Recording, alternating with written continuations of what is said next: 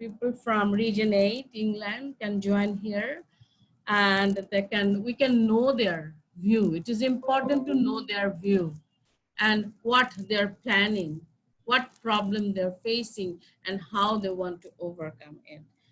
With that reason, every day evening here at Bangladesh from 7 to 9:30 p.m. we have designed this. And today we have our keynote speaker, Professor Paul Cunningham, who is the Executive Director, IST Africa, and Director-elect, IEEE Division 4. We have our very own Professor Dr. S.N. Singh, and also who is a Region 10 Vice Chair Technical Activities and also Chair of India Council. And we have around 30 panelists who will at least share their views for 2-3 minutes. So we want to listen to them so that future organizers who are the participants, we have around, in 2 days, we have around 285 participants from different parts of the world. So those participants are not just participants, they are the future conference and events organizers. So actually our speakers who were the TENSYMP speakers and our honorable session chairs, invited speakers who are these 2 days panelists, I really express my gratitude for providing their time, talent for making VCOP a successful and effective one. So with that said, I'm requesting Professor Sheikh Fattah, who was the Technical Program Chair of TENSYMP 2020, to share the vision of this VCOP and to share what he wants to say. So as TENSYMP 2020 General Chair, I again welcome you. Hope you will share your points and you will enjoy the moments. Thank you. Thank you, Professor Celia.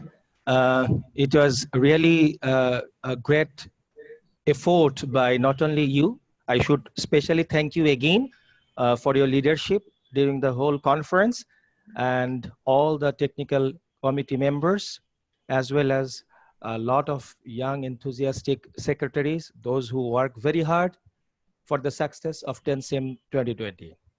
So basically right after the conference, we had some understanding, some learnings, because when we started it, before that, only 2-3 conferences we received, like a full virtual conference. Then we have to learn many things from scratch, because in fact, you will not get very concrete guidelines, because the word is telling it all depends on the conference organizers. So that's why we are here to share few of our learnings, as well as we want to listen to all of you, all our respected panelists, and very, very experienced keynote speakers. So my first duty today is to ignite the session. We'll be having a panel discussion session. Prior to that, we'll be having very valuable pitch from our keynote speakers. So as we will be having 2 different days, I like to share few issues today and few issues for tomorrow. So there may be some overlapping. That's why today I'll be giving some materials to rethink, so we can concentrate our discussion on these particular issues. So let's see. First of all, we all already have a lot of debate. We know what's the difference between a regular conference and virtual conference. We all know, because already it's a very well established, people are telling that.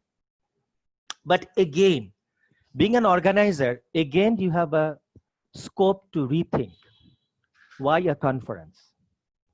Because it's not like that. Previously, we need maybe we need more time. Let's see, from for publishing a journal papers, we need to 1 year, 2 year time. But now it's not like that. Even 1 to 2 months, 3 months, very good high impact journals that may take 3 months. But conference, they're taking 6 months to publish your paper. So why you need a conference? So if you are thinking like, okay, I just want to publish, you can publish in another way. If you want to just say that I want to get some papers, I don't think that it's just the only purpose of a conference to get some papers. You can get the papers. It can be published, it can be archived. So that's why what I believe conference is to exchange knowledge, enhance networking. So, I mean, if our president, Toshio Fukuda, so he, in his all meetings, he said IEEE EEE in different ways. So I don't want to say the last E, but actually it is an exchange of knowledge, enhance networking. These two are important. Another, you can, yeah, you can have some sightseeing, you can go some places. Obviously, you cannot deny that aspect of a conference. So the first thing is not just to get the paper, it's to exchange the knowledge. How? That's a big question. The second one, it's a way for enhancing networking. So given these two constraints, it's not just getting some papers or just observing some video files or getting some answers by some authors in the email where I can't debate a lot like the way we can do that. So that's a very big question, whether you can fulfill that two perspective, exchange of knowledge and enhance networking. So what's a virtual conference? Because previously we had teleconferences, we have online meetings. So even we can have video conferences. So why it's virtual technical conference? So that's why I want to, this is, I know you must have better explanation, but to me, the word virtual, as we all, my area of expertise is also signal processing, machine learning, machine vision. From that perspective, the word virtual has a lot of meaning, because many of us, we are working for virtual augmented reality, virtual reality. So these terminologies are now very common nowadays. So it's no more teleconference. It's no more a simple video conference. It's no more even an online conference. It's virtual conference. So our expectation is virtual reality, virtual environment. Is not, as I said, that's a big debate, how we can make it real, true virtual reality for this type of conference. Otherwise, it will lose its attraction. People will be very soon, they will be feeling bored. So there can be an alternate method very soon will be generated, which is already a very well-known method of publication, PDF paper with video files, with the chat options. There are many publishers, they are publishing in this way. So yes, it's a conference where you are not physically present, but your expectation is that you can have the similar environment, similar exchange opportunities, similar networking opportunities. That's the challenge. So this is my first Ignite session. So I'm telling all you to redefine the virtual technical conference from your perspective. If you have something more, you can add. If you have something you want to delete, you can delete. That's a debatable session. We like to debate. One important finding, what we can see, like I also added, I also participated some other virtual conferences. The number of participants is enormous. I mean, for our case also, we have seen close to 2,000 participants. And we are going to organize a PES Student Congress. Previously, the participation was 300, 200, maximum 400, not 400, 300 like that. Just after giving the first call, already 1,000 registrations are there, as it will be virtual. So the number of participants is expected to be higher. The reason is why. Definitely, it's very easy to join the conference even from a remote location. You don't have to travel. it's a homely environment. You can join anywhere, any place. So that's also one of my observations. If you make it too much homely, you will lose the flavor of a conference, flavor of a meeting. Okay. In some meetings, I mean, the meeting protocols are written that you have to be formal and you have to show your face. I have attended many online meetings. The protocols are clearly written. So ease of moving among different parallel sessions, that we have seen even in this conference. People are switching here and there very frequently. Even within a talk, first portion, he is listening. If he doesn't like, moving to the next room, moving to the next room. So there, you didn't have to walk, or there is no shy to feel what the session chair will feel or what the speaker will feel. They are just moving here and there. So even they can use multiple devices. So we got like a same person is logged in into different devices by different devices, or using different different ways. You know, like there are different ways. So what happens, like if you are making your event free for access other than the authors, you can see, like even we have seen, like mother is, we say, with the student's mother is with his or her, with him or her. So we like that very much. So you'll see a lot of supervisors or like the friends, relatives, they are also joining these sessions, co-authors. So this is like one advantage. You can do your regular work in parallel. You can also join. That is another advantage. No need to dedicate the whole day. You just can go for a basic slot and can join there. So even you don't have to interact. In some cases, you just join and you don't have any interact. So the degree of freedom is very high. What I want to mention, that the degree of freedom is extremely high. So there is a tendency of frequent moving from one virtual room to another virtual room. This is what we have found. So high degree of freedom in listening the desired presentations. So now we can discuss the alternate way. So what we are telling, like there are different modes you can organize the conference. One mode can be live session with live presentation. That means you arrange the live session. So session chairs will be there, host will be there, participants will be there, and you just participate there live.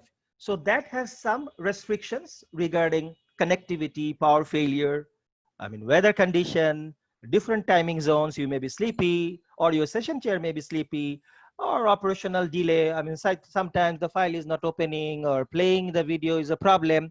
Even sometimes we have seen, like some people are not very accustomed with the platform what you are using, Teams, Zoom, WebEx, different platforms. So you not necessarily have to be expert for all those platforms. So that's the disadvantage I'm telling. But it's the nice way if you can uninterruptedly connect live session, live presentation. One possibility, session is live, session chairs, participants, I mean, you are there, but only for the sake of smooth, continuous presentation, uninterrupted presentation, we can use the video presentation. That's the mode, very common nowadays. Organizers are preferring to use the pre-recorded video presentations. So in that case, we obtain that even in this conference, you have seen the quality of presentation is very nice, because it's well thought, timely presentation, well compact, all necessary informations are there, because they can record it in different slots. So that's the very nice advantage. And if you can add live question answer session, then it's fine. So it's as if the live presentation with live question answer session. Even you can stop during the video presentation. You can have a pause. As far as author is there, you can interact. You can move fast or slow the video presentations based on the recommendations from the session chairs. That's the second mode, what we adopted in TENSYMP 2020, live session, but we played the recorded video, most of the cases. Some places, there was like the speakers, they gave their presentations, for example, the inviter session and the keynote sessions. So this is the way we adopted. And many conferences I have seen, which especially in which case it's very large and diversity of country, regions, considering that issue, they are using this on-demand option where all the videos will be available and you can listen whenever you want, maybe 1 month time you are given, you can listen, you'll be having some platform where you can ask questions and you will be getting the answers in that chat box. It's fine. So sometimes high freedom is a problem. So if I say, please listen to this video at your suitable time, sometimes it's very difficult to find out that suitable time, thinking that I'll be listening tomorrow or day after tomorrow. So also the enthusiasm or encouragement may not be like the live session. Oh, okay, I'll be listening. And also just getting some answers by email from some authors may not excite all the people. And most important networking opportunities, I said that exchange of knowledge that you can somehow manage. At the same time, how to do the networking session is not impossible. All these things you can incorporate some networking rooms, because always you can have some parallel rooms. So you can have some networking opportunities there. So a lot of breakout rooms, the people can go and talk there.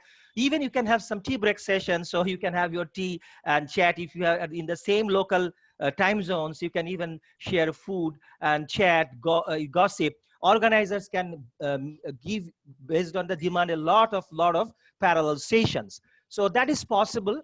And even social events can be arranged, because some congress we are planning to organize these social events, because the presenters, they can see, they can I mean share some sort of social events, and promotional booth can also be organized, either dedicated rooms on some breakout rooms.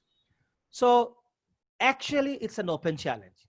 There is no hard and fast rules that can limit you.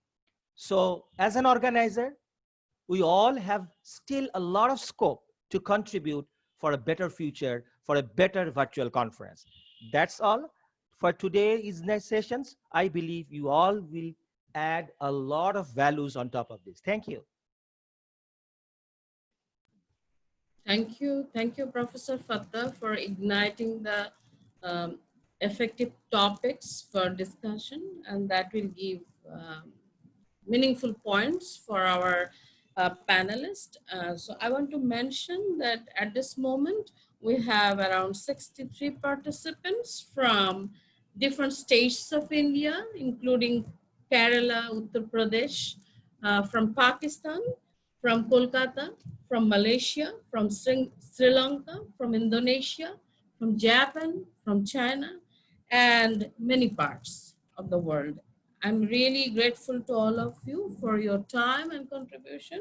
So without much delay, let us start our first keynote, who has a huge experience. Because before arranging TENSYMP 2020, actually we have attended two virtual conferences. One is Signal Processing Society flagship conference, ICAS, and another is organized by Prof. Paul in IST Africa conference. Actually, these two conferences, one is in Africa and one is in Barcelona, has given us strength, a courage to go for such a challenging event. So Paul Cunningham is Executive Director, IST Africa Institute, Director-elect, IEEE Division 4, past President, IEEE Society, Society on Social Implications on Technology, past Chair of IEEE Humanitarian Activity Committee, and he is a senior member of IEEE. He's a founder and executive director, I told you, IST Africa Institute, a non-profit research and policy organization established in 2002 and supported by the European Commission and African Union Commission. IST Africa is a strategic partnership which currently involves ministries, national councils responsible for innovation, science and technology, and sustainable development related adoption, implementation policy, and research in 18 African member states. So IST Africa is a member of the UN Sustainable Development Solutions Network, SDSN, and was recognized by the I2U as a WSIS Prizes 2018 champion for international and regional cooperation, affiliated with IUM Namibia and Wrexham University Wells. Paul has an interdisciplinary background and Trinity College, Dublin, and from Academy of Music, and also some UCD Smartfit Graduate Business School. We can share this profile in our Facebook page. Please read about him. And he's a senior member of IEEE and IEEE Society Distinguished Lecturer. So with that said, I will request Paul to start his presentation to share his view.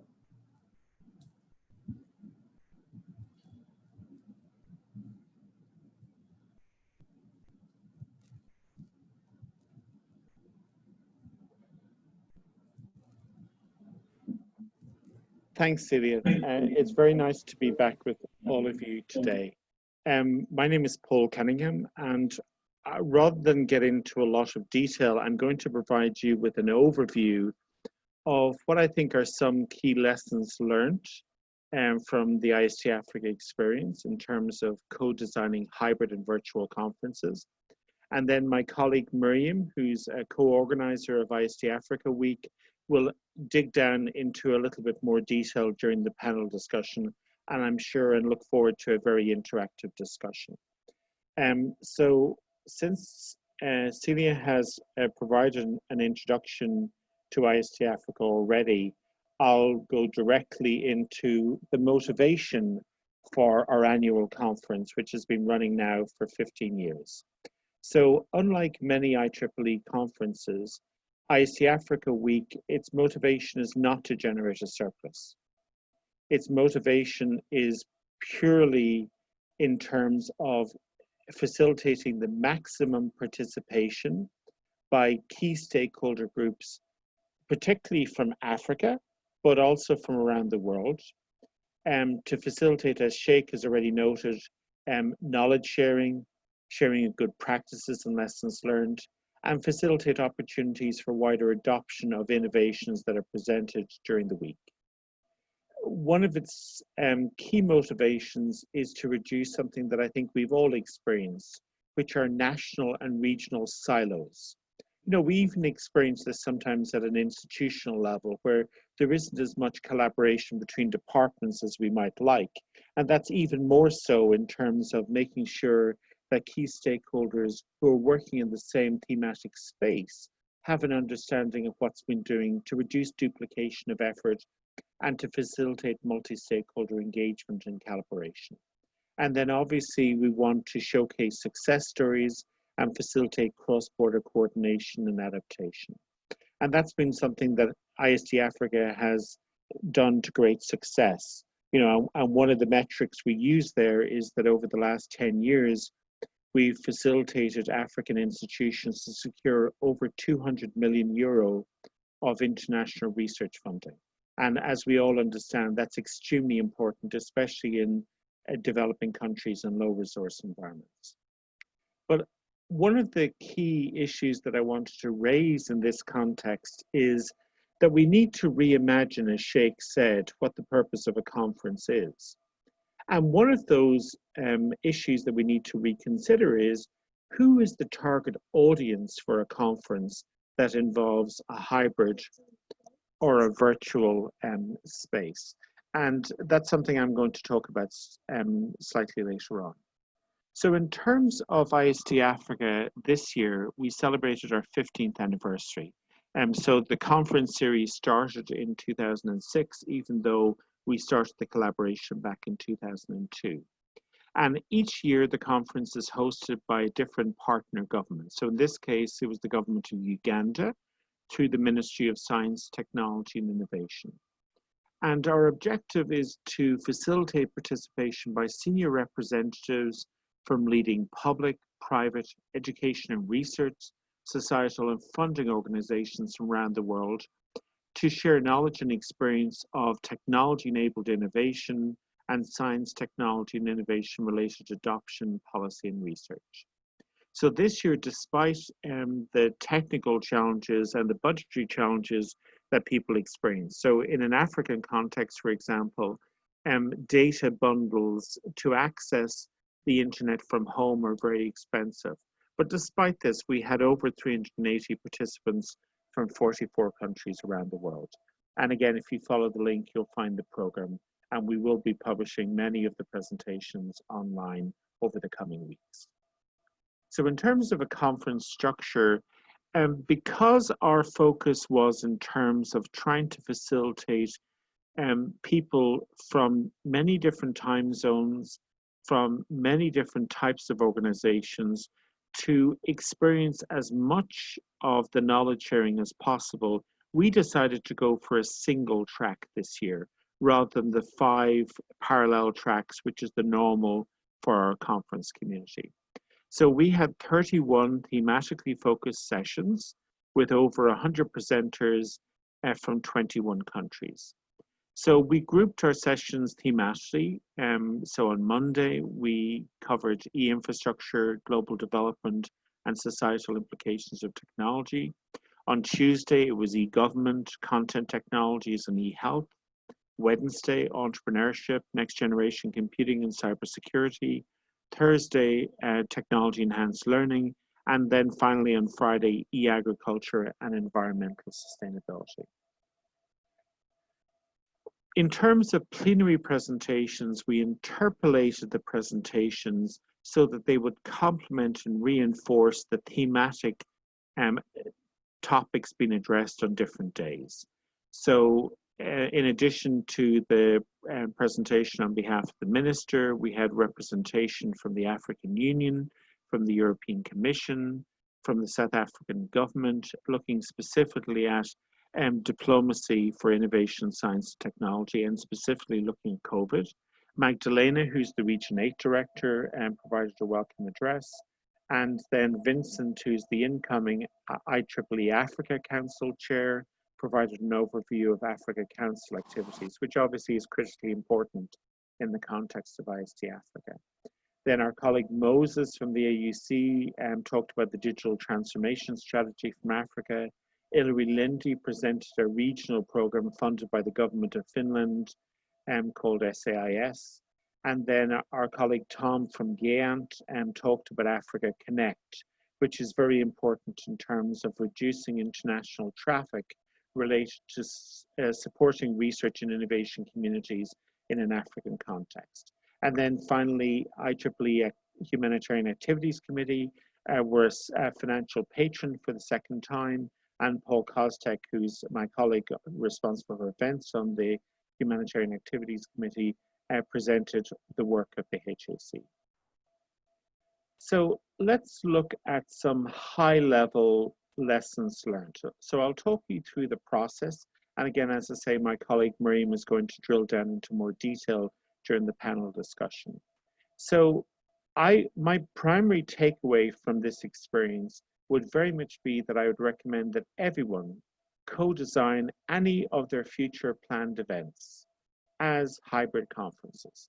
So in other words, reimagine them to have a virtual component, whether or not you expect that there'll be any challenges with a physical event.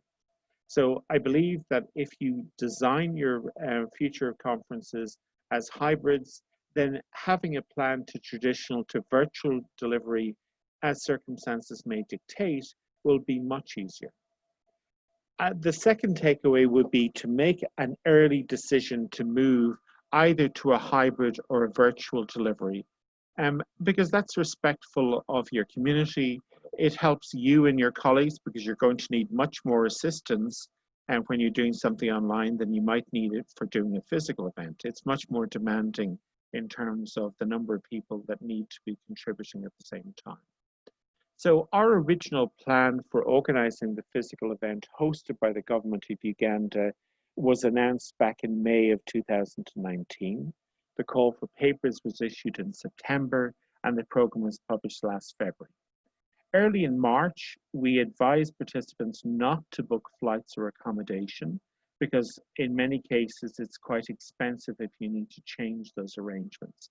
And then on St. Patrick's Day, our national holiday, the 17th of March, we secured a letter from the government of Uganda formally requesting that delegates not travel to Uganda. And that was provided to all participants, and with an announcement at the same time that we were going to deliver a virtual event. We moved the conference dates 2 weeks later than originally planned, and the objective was to allow people a solid 2 months to allow them to plan their time accordingly. Because it's easy to forget that if you're doing a conference in Dhaka, for example, there's always going to be something coming up at the last moment, which might make it more difficult for you to fully participate in the conference at home than it would be if everyone knows that you're traveling to an international conference and you're going to be away for 3 to 5 days. So that was the reason why we moved the conference dates, to allow participants to plan their time and to block out time that even though they were going to be at home, whether in the office or working from home, that they would know that they need to set this time aside. We researched a number of platforms that could have been used, and we decided to shortlist WebEx and Zoom as being most suitable for our purpose. And then following testing of both platforms, we selected Zoom in the end, based on its proven ability to support the transmission of both MP4 and recorded PowerPoint files with embedded audio. In terms of good practice, I'd recommend that rather than having embedded audio files and PowerPoints, it's probably better to request presenters to prepare an MP4 file for online delivery. And in our case, we decided that all of those would be broadcast from a central location. And again, Miriam will talk you through some of the logic associated with that later in the panel discussion. We decided, as I mentioned earlier, to have a single rather than 5 parallel tracks to facilitate participants to attend thematic sessions that would not be possible with a physical event, and also because there were some people participating who are not as digitally literate as many of us may have had the opportunity to be, and therefore might find it confusing to have to manually go between different tracks. We also believe that it's important to have a different type of preparation for a virtual event for both participants and for organizers. And again, Miriam will drill down into this issue. And finally, I think most critically, it's important to create a strong sense of community online to facilitate discussion. And Miriam will make some suggestions in terms of how we think that could be facilitated. One thing I'd like us all to think about going forward is how we approach conferences. And this is to provide a context for some of the lessons learned and recommendations I'm going to share in a moment. In our case, we use the Sustainable Development Goals as a set of societal lenses. And the reason why I'm highlighting this is that I believe that fundamentally a virtual or a hybrid event provides an opportunity for stakeholders who normally would never have an opportunity to attend, a world-class international research and innovation conference. And therefore providing lenses that allow them to understand the context of what they're going to hear, and also for participants to think of the practical applications and to provide a lens of use cases to help people understand something that might be quite technical in nature, but to understand how that can be applied in the real world. I think that's something we all need to consider. So in terms of co-designing hybrid and virtual conferences, I'm using that term co-design very deliberately, as I'm sure many of you appreciate. I don't think it's good enough anymore to look at it from the point of view of what are the objectives of the conference organizers. We also need to very deliberately look at what are the objectives of the people participating. We understand for an academic, or indeed for an industrial expert, they want to share knowledge, they want to get feedback, they want to build their networks. But the motivations of other types of users may vary from those. So let's look at key target communities who would not traditionally attend a physical event, but this hybrid virtual model allows us to target them. So I break them into two different categories, and I'm sure there are more, and I hope that discussion will come out over the next couple of hours. But the two primary barriers that I identified here were economic and geographic. So an economic barrier is easy to understand. If you're targeting local communities, youth, women, differently abled, other traditionally disadvantaged groups, they are never going to be able to afford $100 plus to attend a conference. It's simply not in their economic reality. And then the second economic barrier would be traditional actors who cannot afford international travel. So if the conference happens in Bangladesh or in Ireland, yes, they'll attend. But if it happens in another country, especially if they have to get a visa, it's less likely they'll be able to attend because they can't afford all the associated costs. And then the geographic barriers, you know, people who can't secure a visa in a timely fashion. So those of us who've had to get a visa for a country, we know that that can take time, and in this current environment, it can take longer than ever. And there are also key stakeholders, world-class presenters who may not have the time or the bandwidth to travel to an event, but suddenly it's possible to ask them to contribute because the travel is not something that's a factor. So there are opportunities that come with a hybrid or conference event. So the other aspect I'd like us to think about, and again, like Sheikh, I'm trying to lay these out as some issues for us to think about as we go through the panel discussion. What are some of the value added that a hybrid or virtual conference can deliver?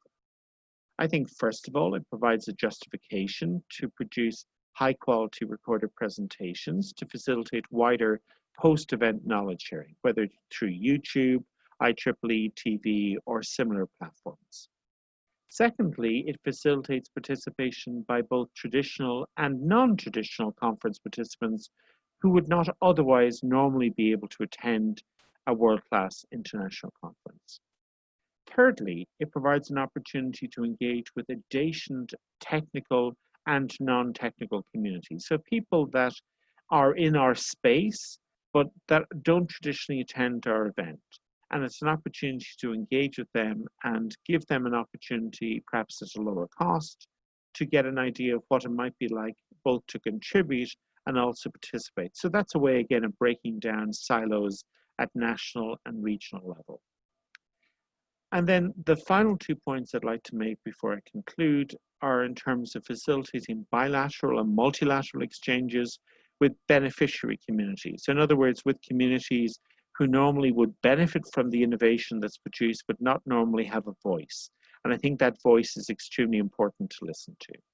And then finally, as Sheikh also alluded to facilitate ongoing engagement after the conference duration. So I'd be very happy to answer any questions you might have. I'm very much looking forward to the open discussion that's going to follow. Gurmila Mahka. Thank you. Thank you, Paul, for your insightful guidelines about some practical issues of organizing online conference. If you have any question, I will request all of you to write in the chat box, because after our keynote speeches, so we will have a panel discussion, and then floor will be open for our keynote speakers.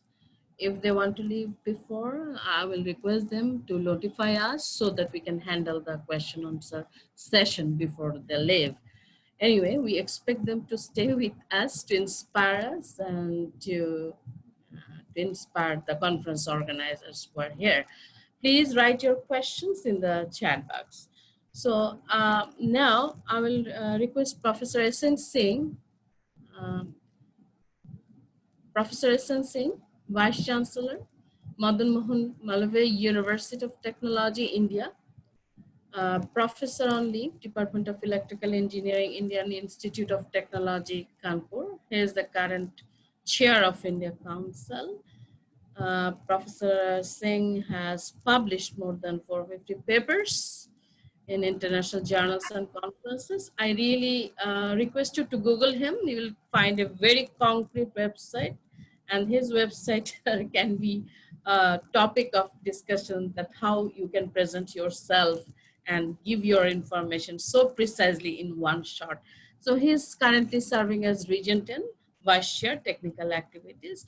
So I will request Professor SNC to share his views on the said topics for which we are here today to learn. Thank you, Professor SNC. Yeah, good evening to all of you, and maybe good morning of a different part of the country. Thank you, Professor Celia. Thank you, Professor Fatta. Thank you, Professor Kungalam, and many more, as well as listeners. I can see almost 100 people have joined through this Zoom meeting. And the topic is very relevant. And recently, Professor Celia and Professor Fatta organized the TENSYMP 2020, which was basically flagship event of R10. And it was basically assigned when I was CTS, and then I just gave to them. And I know there are other potential activities. They are doing a lot of POCO, the panel of conference organizer, and many other meetings they have organized. And now this is the first time they are organizing the panel on the virtual conference. No doubt R10, earlier it was having the mini POCO. We are saying the mini, why? Because the IEEE was having the POCO panel of conference organizers. So we started talking and telling the name mini. Later we changed it because the POCO name was changed from IEEE and they are calling it convene. So we started talking about the R10 POCO. So already it was held in Bangladesh, and no doubt I have visited 3 times to Bangladesh, Dhaka and the Cox's Bazar area as well. So I know very well the BUET and their potential because we are working together in the R10 for many years at the different capacities. So this is a very nice initiative, I believe. And no doubt, let us discuss no doubt the different aspects. Already we saw the previous organizers who has organized this African conference, and that was the virtual mode. And the Professor Fatta and the Celia already organized the TENSYMP 2020. I will like to share some of the things from my side because I attended 2 virtual conferences. One as a inauguration session, and second I was a keynote speaker in the TENSYMP. The first video, this was basically in India itself. And we connected many other people, and I was the part of the inauguration. And I found that there's no big difference if I'm sitting in front of in that inaugural room. So it was the 4 or 5 people, and the time was allotted, and it was happened very successfully without any interruption of internet and other thing, as you know. Nowadays, a lot of problems sometimes occurs. Maybe the supply has gone. If you are using your computers, laptop, then you can use mobile. You see, I'm using my mobile. And that's why I'm not on the net. I'm on my mobile net. So the mobile net will be working even though I'll go for my university net, maybe interrupted and maybe not working properly. So this virtual conference organizers panel is one of the, I can say, is the first time initiative in the R10. And no doubt it is started by Bangladesh. I thank you them all. One thing I just want to start from very beginning. In this virtual world, we were not first time we are organizing. We were organizing many other conferences also into virtual mode. Even though I remember a few of the conferences where the presenters were not there, they were giving their PPT. I am talking even though 5-10 years before. So they were giving PPT and presented by somebody else. It was happening at that time also. So it was another way of offline, means online, because the person who is in that room, he was presenting, and let's suppose Arthur, I wrote my PPT and forwarded to them, and the one person presented, and for that many conferences were there. Later, what we did, we added the Skype presentation. IEEE allows that you can go for, and then people have to give the genuine region. And based on that, we allowed, and always 10% papers were presented because we were thinking about the visa issues, our travel issues, the time issues. Many issues were there at that time. So we were having this also, the face-to-face and the virtual, but the virtual mode was very small. It was only 10%. Now we are talking, it's 100% virtual.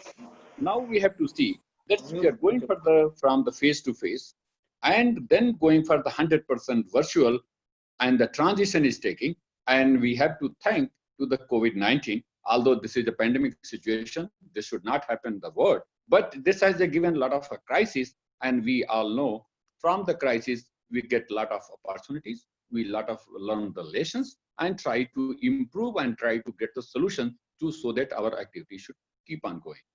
this COVID-19, just I want to tell you, it has impacted our three lives. One is the professional life, second is our social life, and third is our personal life. So these three front, we are affected much. Social is still, no doubt, thanks to WhatsApp, thanks to Zoom, thanks to all the social media where we are connected. And earlier also we were connected, but the flavor of meeting face-to-face is tremendous. It's tremendous, no doubt, and we cannot ignore that one. And that basically gives a lot of bonding and attachment. But where there is a crisis and we cannot follow, then we have to, and this media they are doing, and I think that is also the way. Because the person who is in US and I want to interact, I cannot go every day. But even the person who is in my city, I am unable to go. And I'm talking even the WhatsApp or maybe from the Zoom. So this has changed our life due to the COVID. But slowly and slowly, I believe we can accept this. And now it is a part of our life. And people are saying the COVID, this may go for longer and it will be slowly and slowly that will be coming in. So now coming to the virtual, already the Fatta has pointed at the beginning second slides, many things and no doubt a lot of advantage I also believe. And very nutshell, I can say these virtual conferences, no doubt they are saving your time, they are saving your money, and they are also saving your energy. Energy, why I'm talking? Because for one lecture, I'm traveling maybe 7-8 hours and going somewhere and delivering 1 hour, and then I'm coming back maybe 3 days gone. And also for that, I have to prepare. I have to go for the visa, I have to go for the ticketing, I have to go for this immigration, many things, travel and travel related issues are solved. So these are the things are the lot of no doubt the benefit. And it was, as I said earlier, also we were doing, many people were not coming face to face and we were taking their services as online for the keynote speakers, maybe plenary speakers, but people were not accepting it very well. People were saying, look, they are just gone virtual and this and that, and it is not there. But only the major concern of mine, just I want to tell you, even though in the face-to-face conference, just be honest, be honest. You'll find in the paper presentation session, suppose you have scheduled 10 papers. They may be at the 10th number, the person who is presenting, in that rooming only maybe the 5 people or 2 people were living. It's the reality. It is reality we have to accept. No doubt very good conferences, people were there. No doubt maybe the plenary sessions, maybe the keynote people were there. But even the face-to-face also, the very less number of people were there and we were accepting.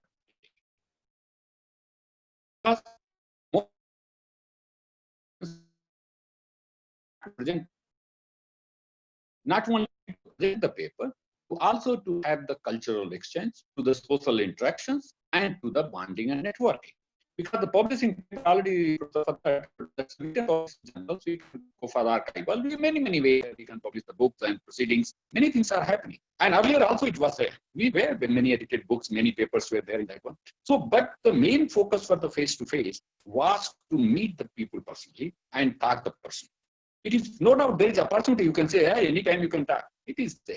But once suppose I am away from my office for 1 day in the Bangladesh, for this 24 hours, I can meet 1,000 people and I can interact a lot. And here, only just, and I am sure, if I were giving this 10 minutes, I may again go away.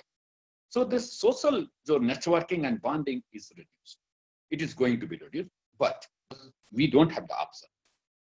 So we have to see, we have to move slowly and slowly. Many things I found the ethics is missing. Many people, what they're doing, they are just turning on their videos and mic and sound is coming from maybe the kids' voice, maybe the something else, maybe that they are making the tea, they are making the coffee, and the mobile is on. So that is also missing, and we have to be very educated and we have to change ourselves.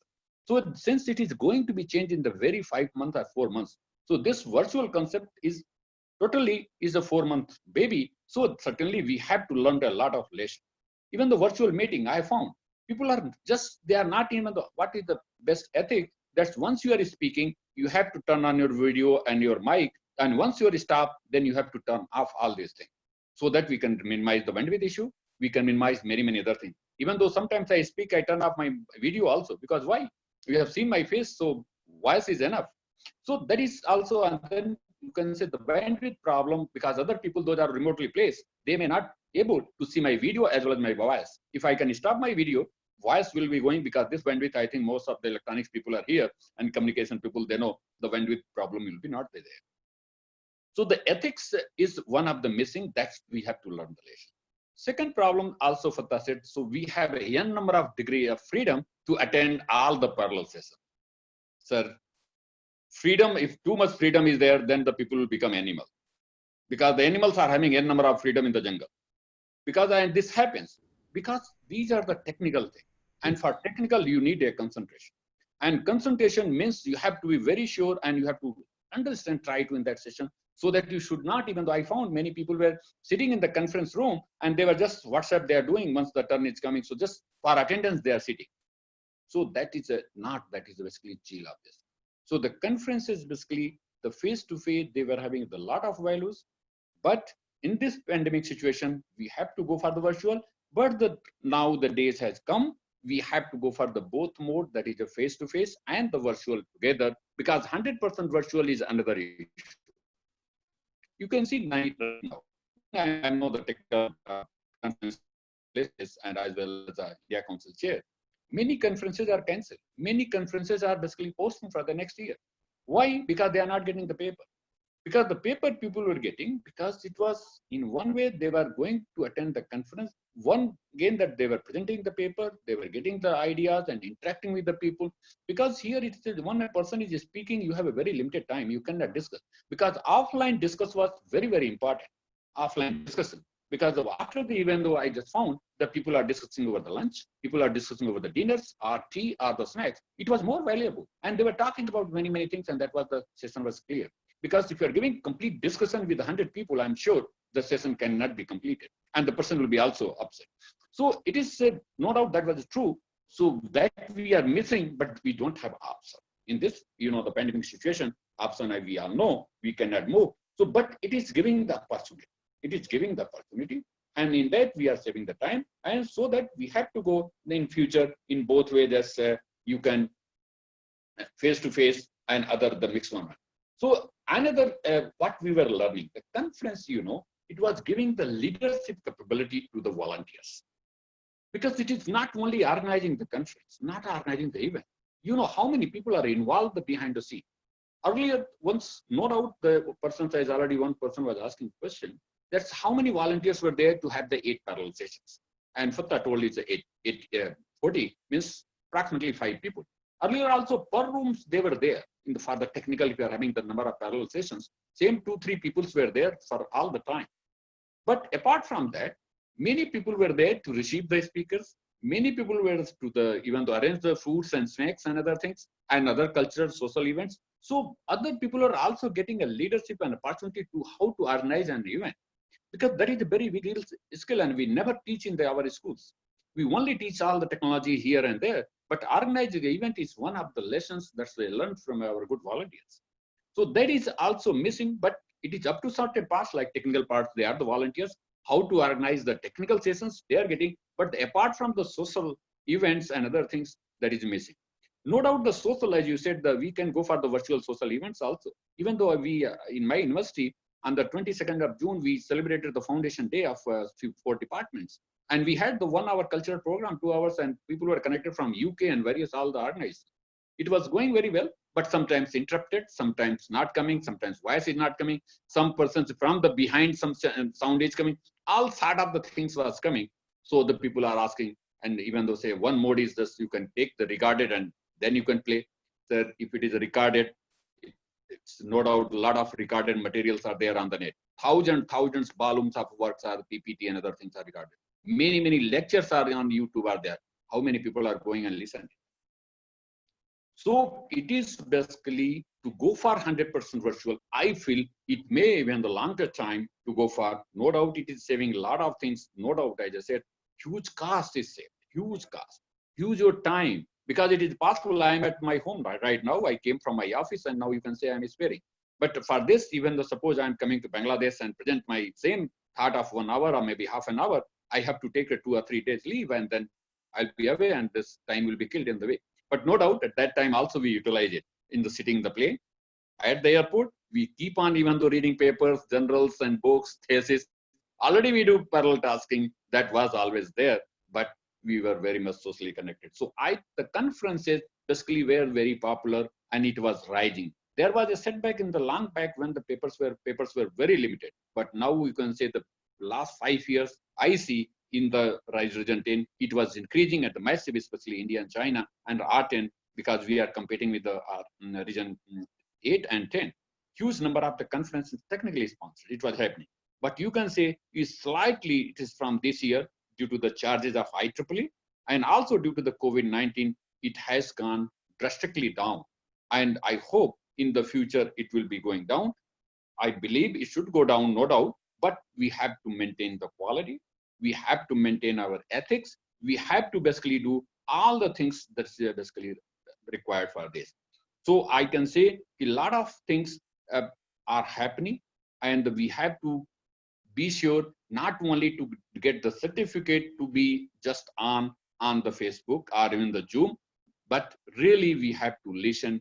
If you are connected, you should listen others carefully. Not only just your video and mic is off and just you have kept, even though you are just going for a walk and coming back, a still program is on. So that should not happen. So we should be ethically very strong and try to learn a lot of things at this age. And really, I found even though this keynote lectures, almost 70, 80 people were there in my keynote lectures when I spoke in the TENSYMP 2020. But if it was the face-to-face, I'm sure it was not more than that. It was not more than that. It should have been even maybe lesser or equal. So the people are interested. People are, if you are organizing very good lectures, good notes, and once it is opportunity is there, okay, they can listen later on, then certainly people will not come. So the questions in the audience, once they are asking face to face, it has a very important rather than once you are just writing in your chat box and then read by somebody and then I'm replying. So there is a communication loss. Always it happens. So I'm not against with the virtual.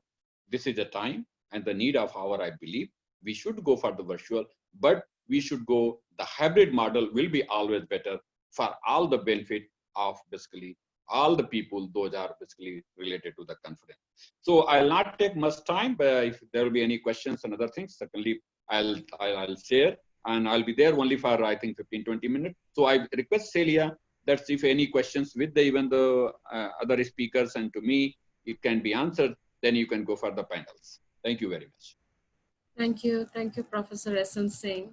And for this pandemic situation, most important, many people say that the conference will be delayed or conference will be cancelled. I must thank my countrymen here, my conference organizers, professors, young professional and women in engineering members of Bangladesh section who are present here today to support the event.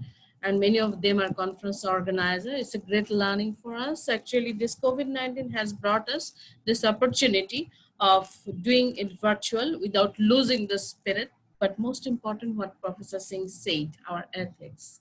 It is time to rethink about our ethics or remodel our thinking about ethics. So we can give test to ourselves. Thank you, Professor Singh.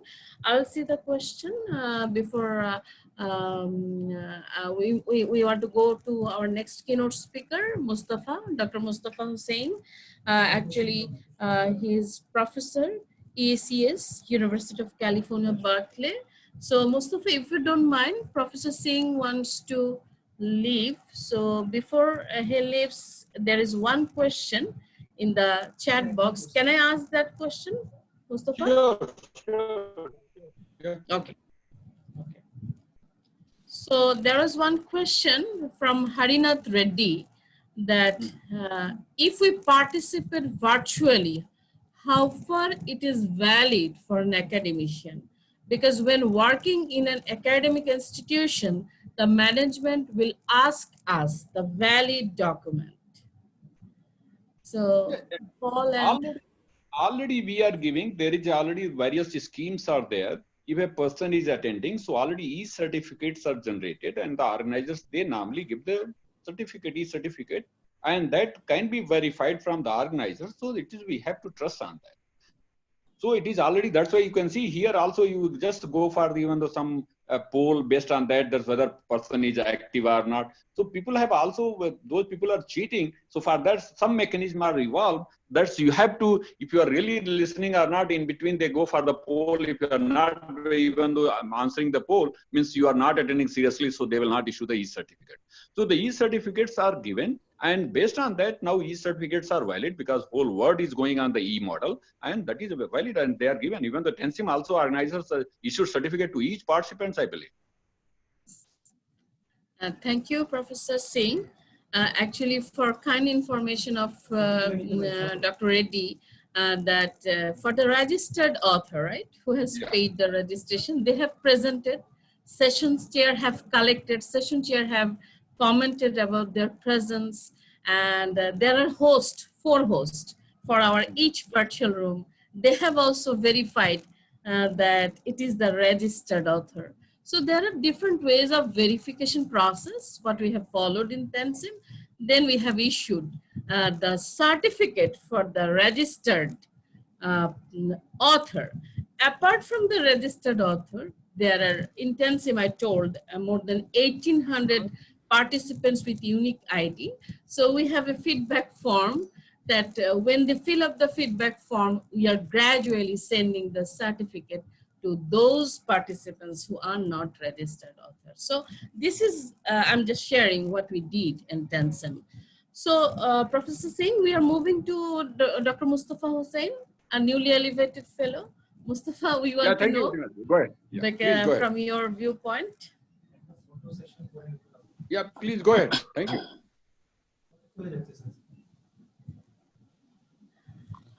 Mustafa. Yeah. Yes, you can hear me, right? Yes, yes, Mustafa. Mustafa, if you just 1 minute interruption, can we go for a group photo? Then we will listen to you. Just That's fine.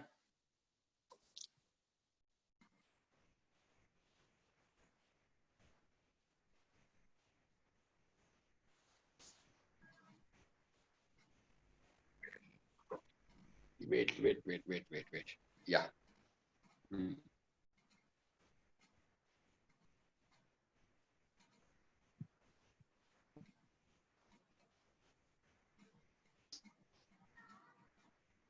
Hello everyone, this is Raihan, your host for this event. Now I am taking the group photo. The first photo is now taking.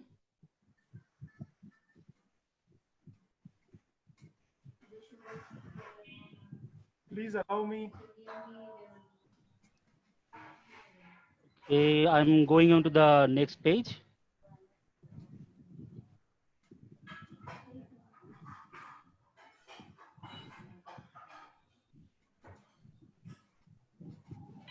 I want to mention that with us, there is Romili. She is, Romili, say hi to all. She is IEEE Power and Energy Society Women in Power Chair. Hi, Romi. We'll be listening to her tomorrow.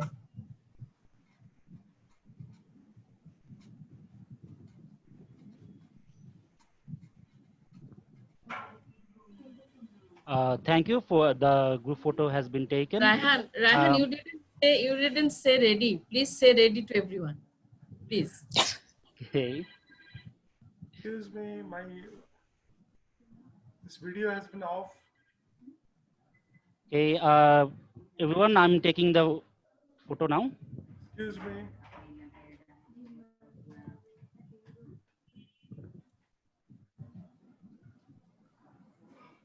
Thank you. The photo has been taken, please. Thank you. Proceed with the session. Thank you. So please, Mustafa, go ahead. Thank you for re-inviting me.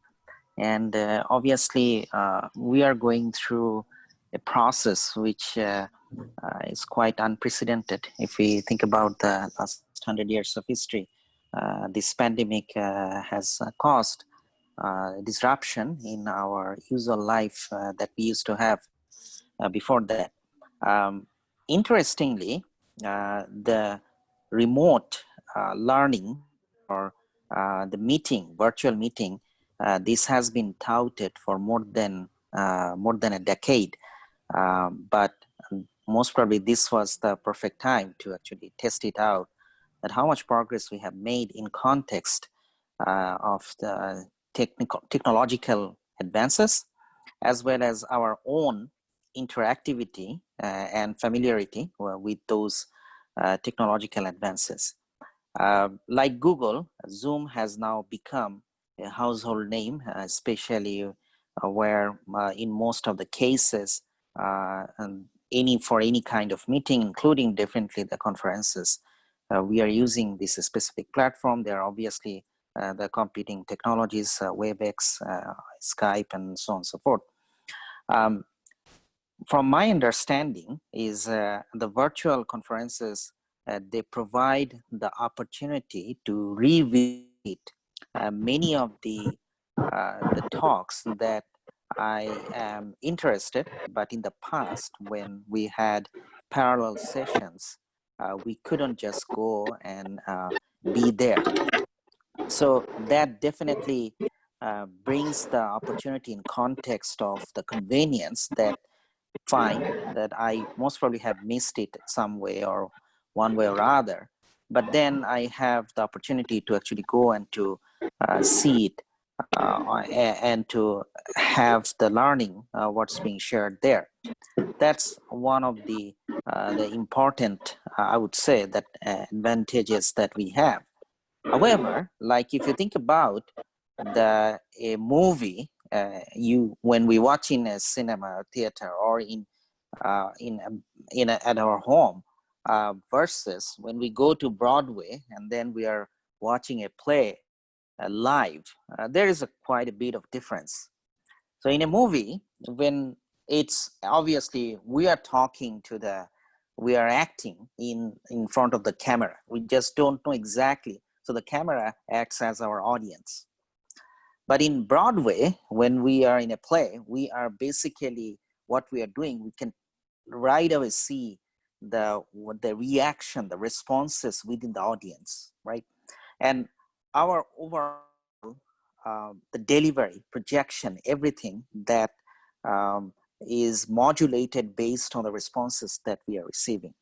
And it is now obvious that the virtual conference or any kind of remote learning process that has actually brought it up in the daylight, that the lack of interactivity, it's kind of the lack of having exactly the same experience like in Broadway. We are not getting exactly the feedback that which has 50 to 100 to in many plenary lectures, there are more than 1,000 people as an audience. We just don't get that vibe, that feelings. So obviously, when that is missing component, that becomes a technological challenge going forward for actually to find out that how to bring those kind of experiences through these small gadgets.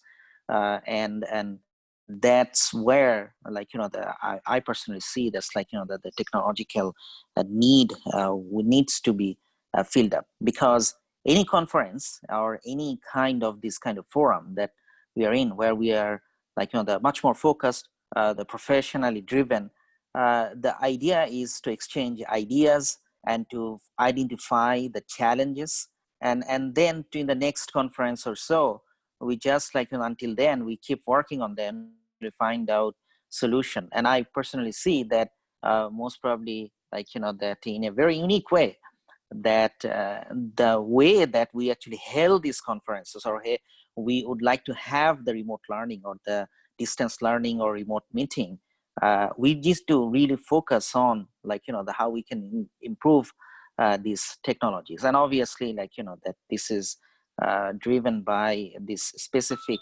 today's panel discussion is hosted by the IEEE, the IEEE Bangladesh. And from that perspective, because this is most probably the bunch of electrical and electronics engineers. So this really falls squarely on our shoulders to really think about it, and then how we can introduce more and more interactivity. So that's one of the aspects. The second, because now we are in this situation, so this also allows us to reach out to a broader audience. So just to give you an example, I am vice chair of the Region 4 to 6 IEEE Electron Device Society. And from that perspective, we are organizing. We started receiving a lot of the requests to support different regions and different chapters to organize this WebEx based and like webinar. And we figured out immediately that on many occasions, the same speaker is actually being requested to provide lectures to different the chapters.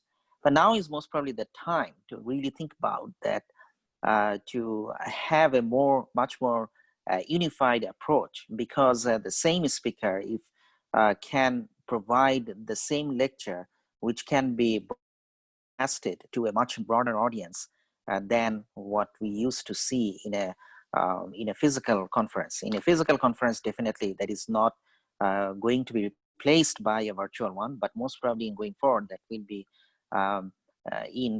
will be brought together. Both of these components will be hand in hand, because the physical conferences, it has its own travel related, like the arrangement related logistics that need to be fulfilled, which is having the sufficient the budget to actually go and to meet, and their associated costs definitely there.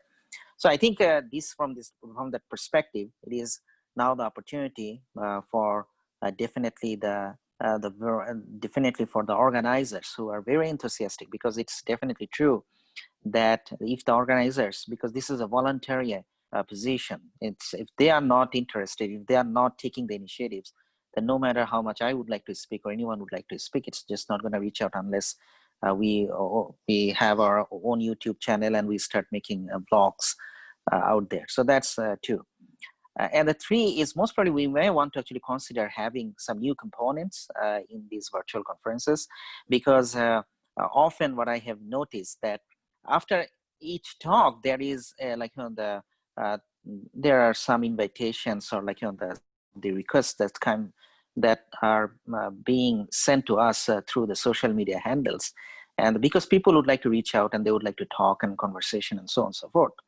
I think eventually going forward, these conferences can play, the virtual conferences and the hosts, they may want to consider having the different the working groups, or which can meet time to time, maybe once a month, not every single one. That there are folks here who are working on healthcare technology related, healthcare related technologies, and they can have their own focus group, which can separately can hold the dialogue. And this just not one person talks and everyone listens and then there are some questions, but I would say that to really push it toward the much more like a working group idea.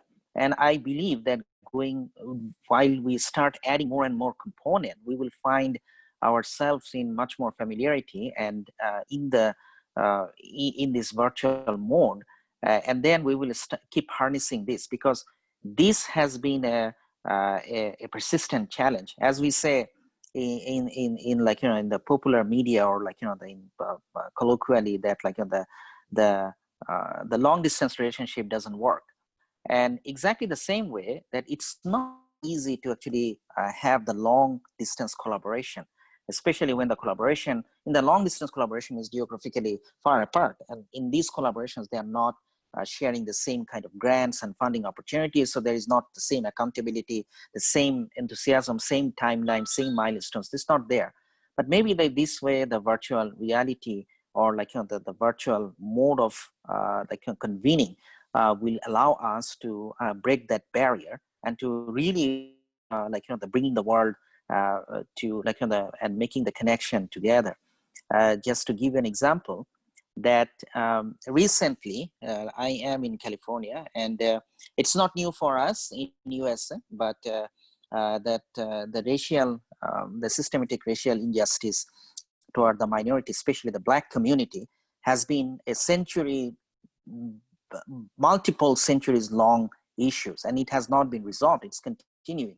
This time, a month back when George Floyd, he was brutally killed by the police, then it started to go out, and it got so much prominence that in many countries, the people, even like, having this pandemic, they organized the procession, they organized protests. It is not that the social media was not there. It is not that their news channels were not there, but like having all the people glued to, if you have a gadget, then you can check like, every week, the Apple gadgets, they're sending you that how much time you're spending on your device display. I think like, in most of the cases, it's now ranging from 6 hours to 10 hours. It was not the case. Just go and check the last 6 months of history before the pandemic where we have reached. So from those perspectives, I do believe that that the virtual mode of these kind of the technical sessions, they have their own merits. Obviously, there is not every challenges which have not which challenges are going to be there. And the point is that as technologists, we have to overcome those challenges, not behaviorally, but also technologically. We have to figure out that how we can bring much more interactivity, how we can add components, which is going to be just not being like giving the talks and then listening and then asking some questions, but to take it through some more enhanced collaboration through these opportunities. And I think going forward, many of these conferences, they will not have the physical component, but they will also have the virtual components too. Having said that, I would like to thank my college friend, the very close friend, Celia, and obviously the Professor Sheikh Anwar Al-Fattah, as a couple, I call them the power couple.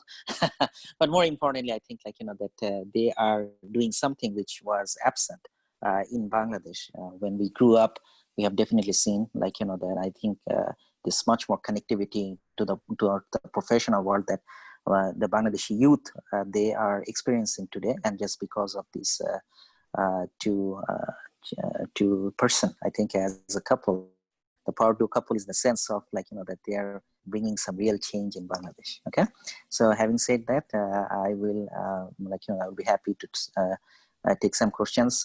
I will be around for next for next half an hour or so. It's very early in the morning here in California, but it's fine. So that's it. Thank you so much. Thank you, Mustafa. You know me, but you don't know my 40 soldiers who had done it with me. So it's important for a leader to create new leaders. I'm proud of all 40 soldiers who have worked hard, and all 300 reviewers who reviewed the papers, more than 1,000 papers in this pandemic situation, and also our respected session chairs who really enthusiastically contributed to chair the sessions. So it was very important. Our, as you said, that more networking, our program is now on the Facebook. Many people have joined in the Facebook to see the live show. It is very important. Before going to the panel, I just want to remind the few points what Professor Fattah has gathered for us, the learning, the outcomes. I request him to just share those slides slowly, few minutes, so that it gives insights to our panelists. We have around 30 panelists today who are aware our respected invited speakers, our respected session chairs, and we call them again for sharing their vision about those comments, what they are thinking, how they can train the future conference organizers. So just what I want to tell, because we have a very expert panelist with us, and also I should salute our participants. If you look at the participants who are with us, I'm really amazed to see a lot of very, very learned participants, conference organizers. So it's the panel. The objective is just to share. So what I am expecting, so because we have 2 different days, we have divided our topics in such a way So you can see some of the topics today I ignite.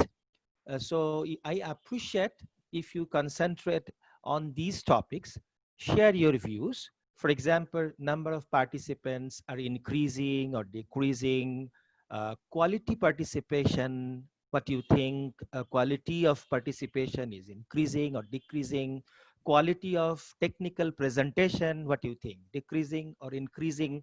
So that could be one issue you can share, because what happens when you have a lot of very expert panelists, so wise men think alike, so maybe all we are thinking in the same direction. So what next? Maybe you will have nothing to say, because what you are thinking, maybe it is already spoken. In that case, if we divide, then each of us can share on a particular topic and pass it to the next panelist. He can share the next one. So in the meantime, if anyone, you have something to oppose, I ask you to raise hand. In Zoom, you can raise hand. So that's my request. Please raise hand only if you have something to oppose. So then the discussion session will be very nice. So the mode will be, we'll be passing from one panelist. Dr. Celia will be introducing one panelist to the next panelist. So I appreciate the next panelist if he or she can add something. Obviously, you can share your personal experience. So that will be the mode. I'm sorry for that, but I request that. So we are igniting some points. You tell something, we'll moving to the next panelist. If you agree, then you don't have to maybe repeat that. You can add new points. And while a panelist talking, if anyone wants to disagree, please raise your hand. So the topics which we selected for today, the very important is about participation, quality of participation, number of participation, quality of presentations. These are one particular issue for virtual conference. The next one, sorry. The next one, what our keynote speakers have also mentioned, degree of freedom. So the degree of freedom, whether you agree that it is good or bad, or how to set the level, optimum level of degree of freedom for virtual conference. Then the topic will come, it's a very interesting topic, which mode you prefer. Full live demonstration with live presentation, live question answer, or session will be live, but presentation will be recorded, question answer will be live, or on demand. Nothing will be live presentation. Everything will be available, and there will be something on chat box system like that, online system where you can discuss. The last one is networking opportunities. It's very brainstorming issue, but we have to focus on these particular virtual reality issues. Like even we all can have a cup of tea, and it's a spirit. It's a spirit, like so to have some gossiping, small breakout room. So this one, networking, promotional booth or exhibit booths, social events, or the tea break sessions. So these, how can be incorporated, your comments, thoughts, or anything you want to add on top of that. Networking, so 3 different modes: on demand, live, face-to-face, and a degree of freedom, number of participation, or participation quality. Thank you. Thank you, Professor Fattal, for helping our panelists to share their wisdom based on the guided topics. Beyond these topics, they can also shed lights. So I will first request our panelist, Miriam Cunningham. Miriam, because you are co-organizer of FIRST Africa, we want to know from you, learn from you. Miriam, go ahead. Thank you very much, Celia. So first of all, I would like to very much thank Celia and Sheikh and the large team of organizers for all the work they did organizing the event. So it's a huge amount of work organizing a virtual event, and it's a different type of work to doing a face-to-face meeting.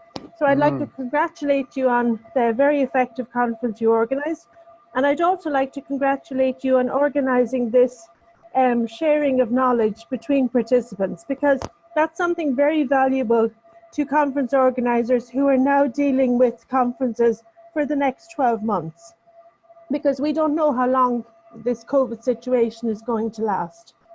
So if I look at Sheikh's questions, from our perspective, there wasn't a difference in the number of participations.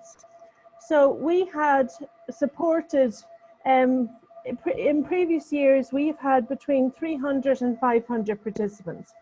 In the environment that we work in, there's a serious problem with the data and with connectivity.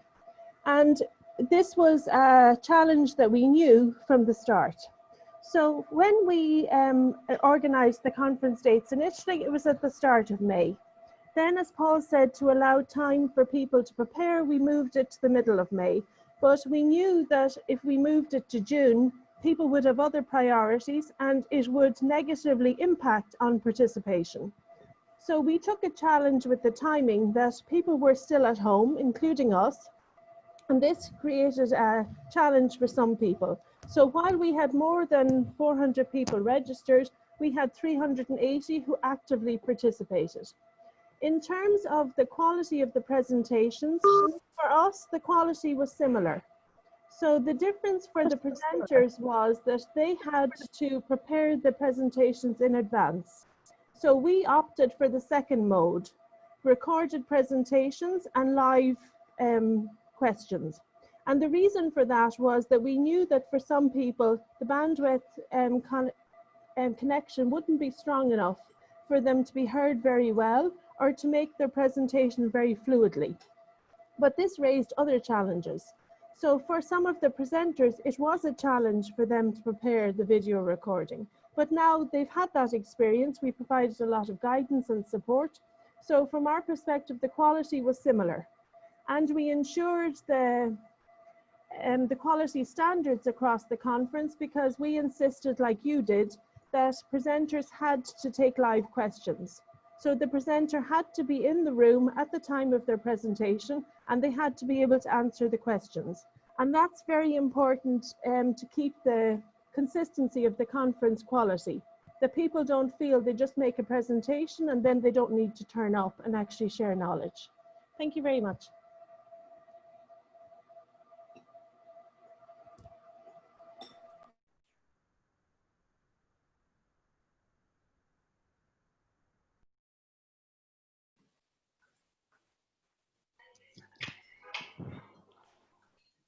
You're in mute. So I will request our participants who are the prospective conference organizers and very experienced conference organizers during the face-to-face time to write the questions to Miriam so that we can come back to. There is a very relevant question from our Professor Lamia from Bangladesh to Paul, and we'll be coming back to that response at the end. About community development to facilitate discussion. Hope it will be very interesting. Paul, we are waiting for your response at the end, response to Lamia's question. So I like to go to Amarnath Raja sir. We call it lovably our Raja sir. Actually, whenever we call him, if he is the last person to say no, that's a very important quality of a very visionary leader. Raja sir, can you share? We want to listen from you. Amarnath Raja.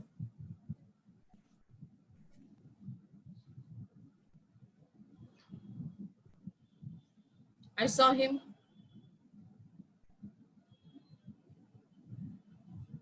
Hello, Raja sir. Hello. Yes, sir. Hello, Dr. Celia. Very interesting meeting I was just looking at, and most of the points have been covered. However, I have one very interesting all India conference that we held for the Computer Society of India. There's an organization called Computer Society of India, and my own company, CSI and INAP, joined together. And we held a competition for projects for colleges in India. I'm not sure. Next year, probably we will expand to South Asia also. But we held this project on. Now here there was a very interesting thing. This time it was obviously held virtually. And in the last year, people used to cart heavy, because these days many of the even software projects are requiring hardware, IoT devices, things like that. So they used to cart the hardware to Trivandrum, which is on one corner of the country, and then present their findings. And the thing, some people used to bring videos. We had to agree, because if it's a large device, you can't bring it over. But this time we had a very wonderful case that we could, get the videos and not get the videos, get the demos actually on site. Like for example, somebody had done a self-driving car, student projects. I'm not saying that it's a fantastic self-driving car, but a self-driving car. Recorded or live. And what we could do is, we could see that driving car, then ask him, can you do this? And he can live, he can go on to, this, car, and then show that particular. So the questions could be answered live on a live demo, sitting far away. They could do that.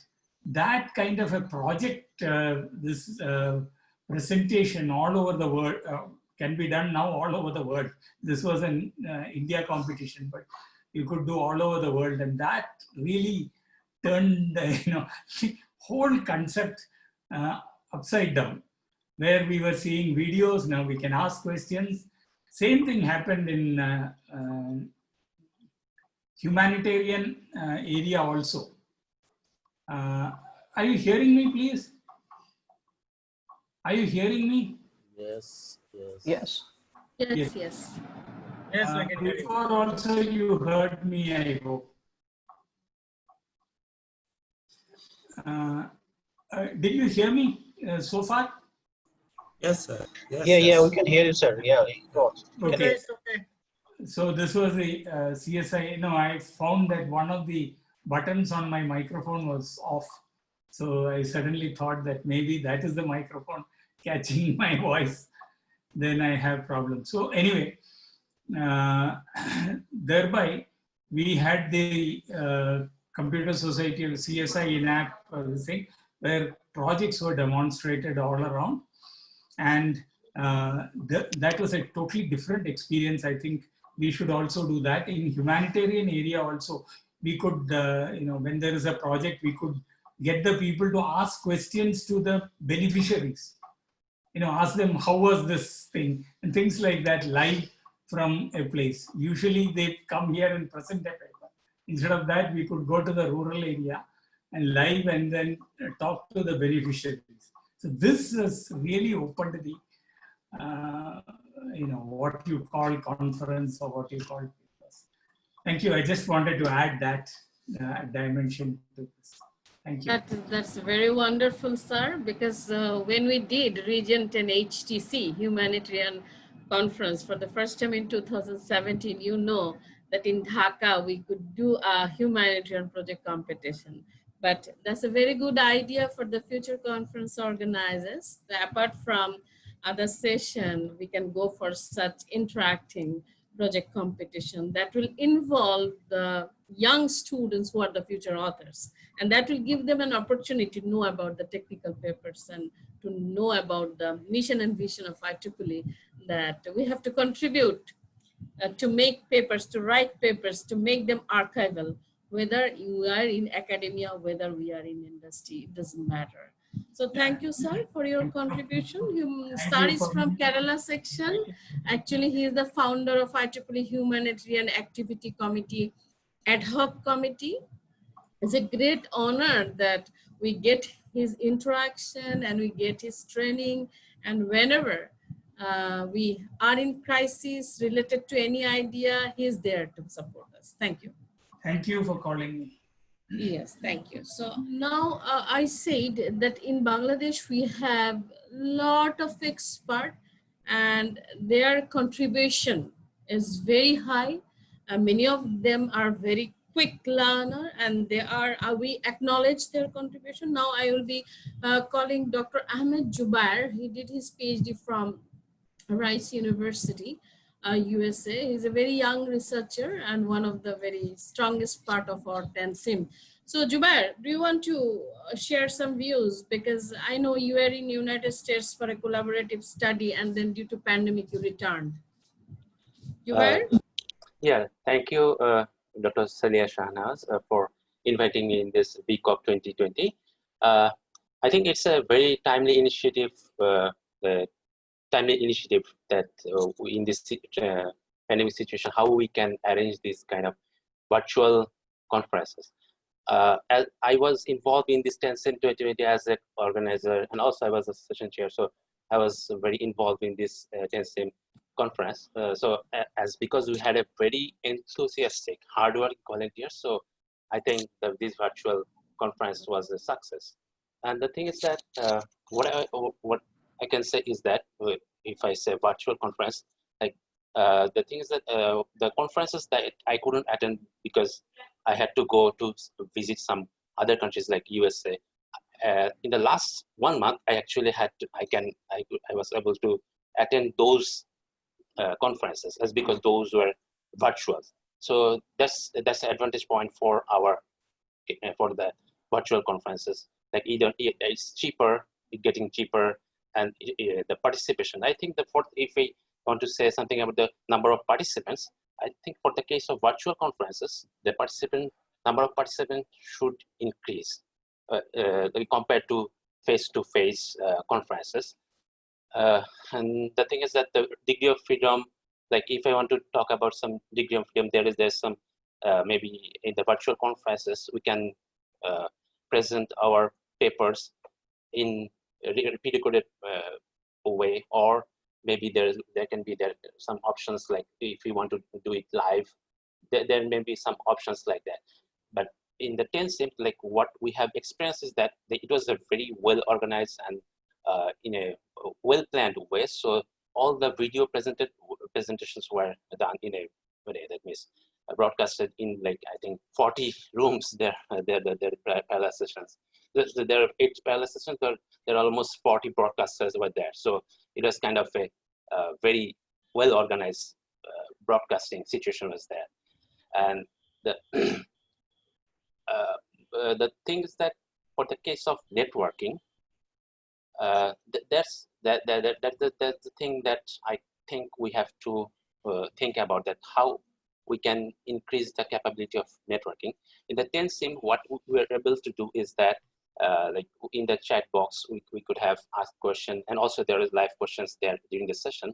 But if we want to like discuss something with some, if we want to do some collaboration work or want to discuss some topic with another professor or like other person, then maybe we could have organized some session, some separate session, that means meet and greet session or something like that, or some other networking sessions that we my suggestion is that maybe in the next virtual session, virtual conferences, we can add those kind of networking sessions. But when in the overall, the TENSYMP, in the TENSYMP 2020, what we have seen is that the audience, the participants, or the session chair, they were kind of like very in a lively environment. They interacted with each other. But there is obviously there is a scope for improvements to make it more like interactive. So the only drawback that I can see so far for the virtual conference is kind of a networking, like the ability to do networking in a valuable way. That would be a huge challenge for this kind of virtual conferences. That's my opinion. Thank you. Thank you, Zubair. Thank you for your insightful comments. Next, I will like to, because I will writing in the chat box that whom I'm calling. Please look at the chat box that who's next. So Carlisa from Indonesia section. She's a robotics expert and very young researchers. Carlisa, if you can hear me, please come to us.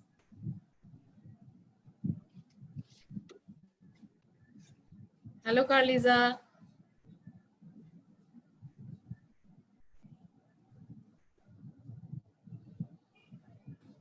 I saw her. Anyway, we can come back to her later, no problem. So I must mention that we have a very senior professor, Professor Kuno from Japan.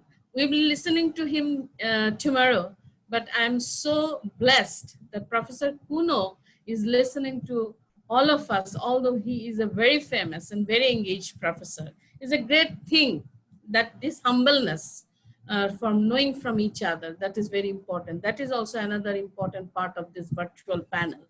So next I will request we called one very young from Bangladesh and very I should say experienced, Professor Baki from Asanullah University of Science and Technology. Professor Baki, do you want to share some lights?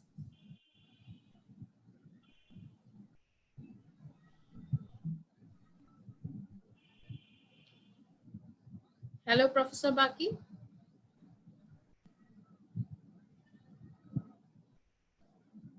Okay, I'm seeing her. I'm making a WhatsApp call. Let us move to very I should say very enthusiastic session chair, Professor Vijay. Professor Vijay, are you here? Yeah, I can hear you. Yeah. Yes. Okay.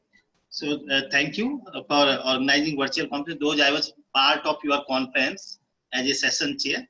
This was a great learning for me also. So those it was the need of time also this time.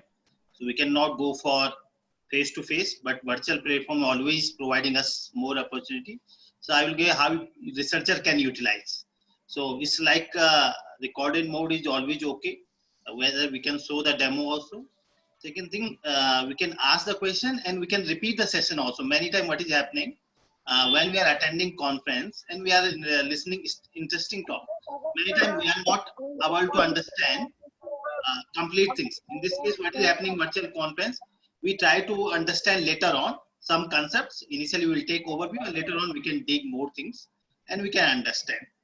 So those quality we are not compromising. It is going for blind review, 3 reviews. So everything is okay. Almost every topic has covered. Only things which I can put on the point of view of researchers, we can include like face-to-face conference. Many times we have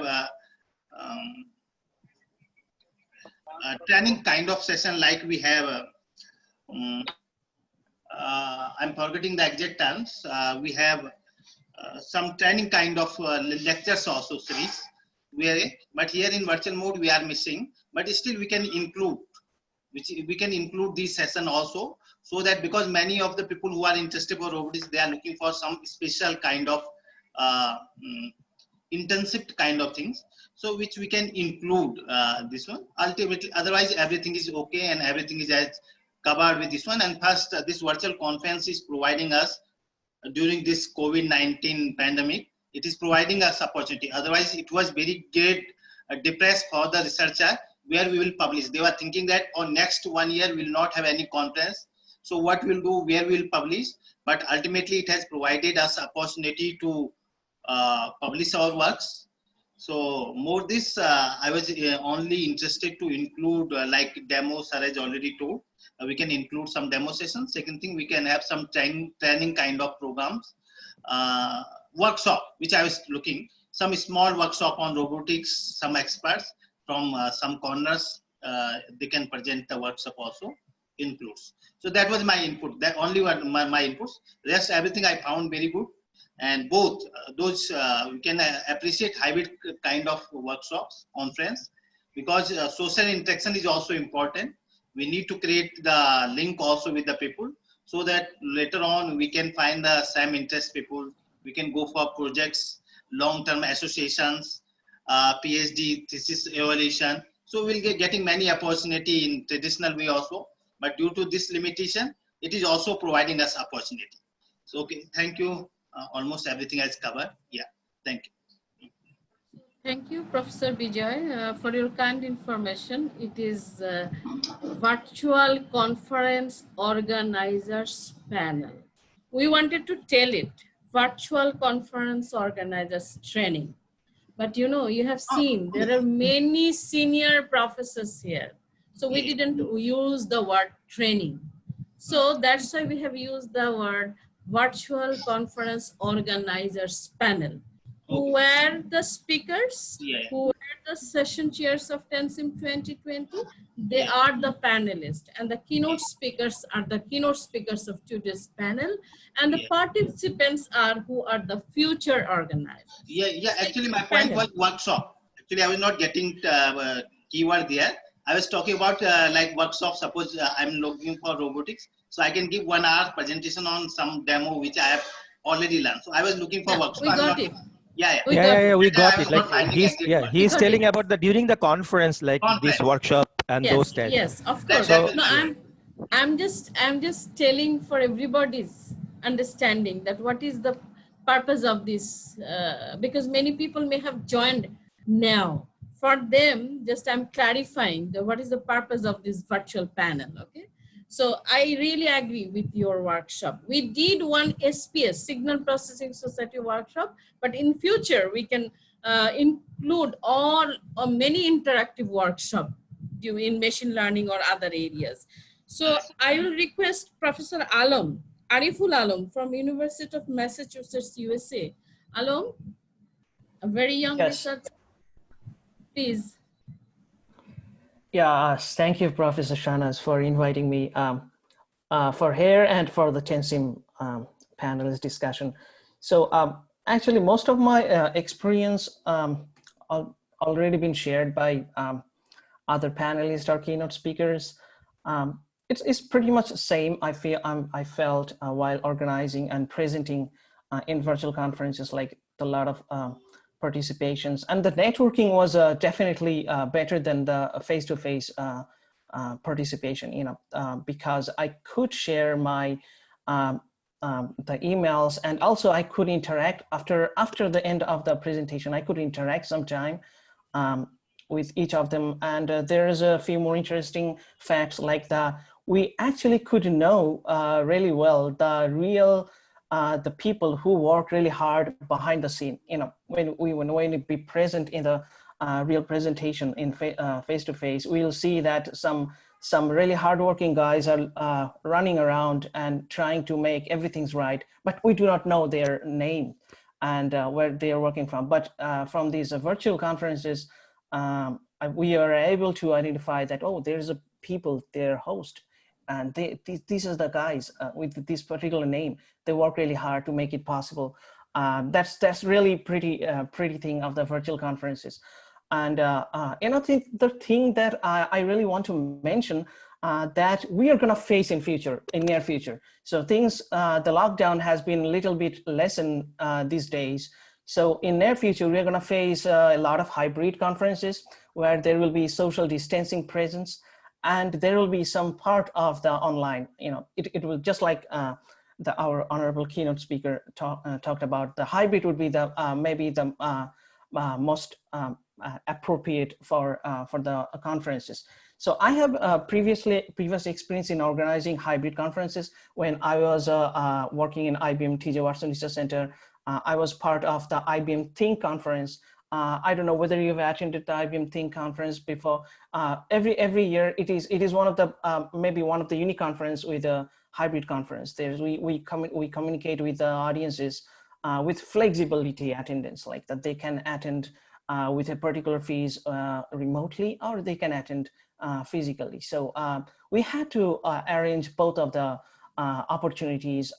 That was really interesting part, and trust me, the number of sponsors and the number of attendees, both are actually much more higher than either of them, like that, only the online or only the face-to-face presentation. So that was a beautiful part. And also there's a lot of flexibilities, like if the location, some people really want to visit the location, like the if one conference is hosted in Hawaii, so definitely a lot of people will be willing to go to Hawaii, and some people will just think about, oh, there's expensive to go to the Hawaii. I do not have fundings, but I really want to attend that conference. So this is the flexibility of their, like they can save some money, and also some people, they don't worry about money. They can also fulfill their destiny. So that's the beauty of the hybrid conference that we are gonna see in near future. Like right now we are organizing the PERCOM that is supposed to be in the Germany. So that will be, for now, we are planning for a hybrid. Maybe we can switch back and forth, and we are gonna see a lot of a beautiful thing. Maybe one day this pandemic taught us that what could be the possible inclusion of the face-to-face presentation. Maybe in near future, we are gonna see, when the pandemic is over, we're gonna see maybe most of the conferences are hybrid. Maybe that's, I'm hoping, that's the lesson we learned from this pandemic situation. Yes, that's pretty much from my idea. Dr. Alam, I just want to interrupt because you have brought out a very nice discussion, because I had a line in my slide that nowadays we enjoy gossiping in Zoom or Webex or any platform. So you have brought a very nice thing, like after the session, as a speaker or sessions chair or panelist or authors, you had a very close interactions because the session was open for a few minutes. So you can see each other and talk. That's a gossiping. I understand. Yes. But you have said one interesting thing, because IBM Think Conference is a big conference.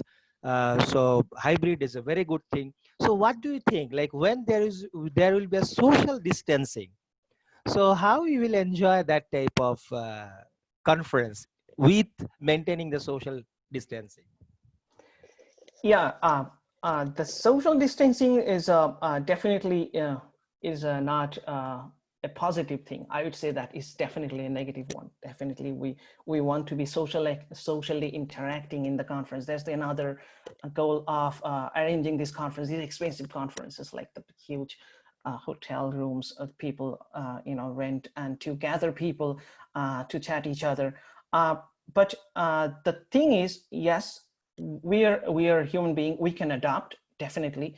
We still can enjoy some part of the benefits of the face-to-face conferences, even with the social distancing. If you take a look into the European leagues, they already started, and the audiences in the galleries, they're in social distancing. They're enjoying the show, definitely, and they're interacting with some social distances.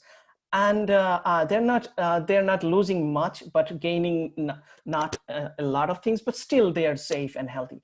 So we can adapt. Definitely in near future, we're going to see a lot of hybrid conferences, and you'll see that yes, people are enjoying with safety and being healthy. That definitely a good thing. And yes, there will be limitations, but yes, I believe we can go beyond the limitations. We can adapt ourselves, and we can enjoy our own ways. Thank you, Alam, Prof. Alam. It's a nice thing. And there is a poll going on about hybrid conferences. I really request all of you to participate in those polls, because these are very important questions for our brainstorming. And for your kind information, one of the largest conference in the world, ECCE, usually it is co-located with Industrial Application Society Annual General Meeting. This time they have declared that it will be a hybrid mode, although our section Congress of Volunteers of Untitled IEEE Region, our EMBS flagship, EMBC, all have declared full virtual. So there are different opinions, and based on those opinions, we are running this poll. I request all of you to participate in the poll. So next we'll listen to Debashish De from Kolkata. Debashish, are you there? So before going to Debashish, I must mention Manoj He's working very hard with me from Kolkata EDS Vice Chair. He has invited many people on behalf of me. Thank you, Manas, for your contribution. Debashish, let's go ahead. Yes. Good evening. Yes. And this is always a pleasure to see Professor Celia, Professor Fata. Before I start, I just want to mention one very important point. This January, I was in Bangladesh only for few days, and I really enjoyed the hospitality given by Professor Celia and Professor Fata. And I've seen some of the very interesting places through his car, and I really enjoyed the day. And I just want to mention to everyone that that is the beauty of going to the conference, to visit the place, which is not possible in case of this kind of virtual conference. Okay, for example, this time we plan to eat hilsa fish. Okay, but in virtual conference, this hilsa fish is not possible. So we really missed it. I think Manash will agree, and everyone agree that we wait for this kind of local and cultural connectivities, and which is very important. Not only conference is just about the technical topics, it is also about the local culture interaction, and through the interaction we can exchange our ideas, and knowledge is also enhanced. Not only knowledge, but through your hilsa fish also very innovative ideas may come up. Still, I can remember the star biryani offered by them, Professor Celia, and I really enjoyed. I always talked about that biryani, star biryani, that. So this is really we have enjoyed, and I think this is a very important part and parcel of our life. So whenever anyone comes to Calcutta, they ask for Rasgulla of Calcutta. So they bring to US, to Italy, or anywhere the sweets of Calcutta. So this is also very important. So when I organize any conference, all the foreign speaker, even from outside West Bengal, they keep the sweets, take the sweets from us. So this is another very interesting feature. I think this is not possible in case of this kind of virtual conference. First point, but advantage is cost is less. We can see, we are sitting here. So some students or some faculty, they don't have the that much money. So cost is very important factor to publish a paper. For example, this month, Manosh, I think you have shared your conference. Manosh is organizing, he's the general chair of a conference. And this July, he is organizing this conference in a virtual mode, or rather hybrid mode. We are still planning. Some part maybe in his college, and some part maybe everyone will be virtually, because in India and everywhere we are in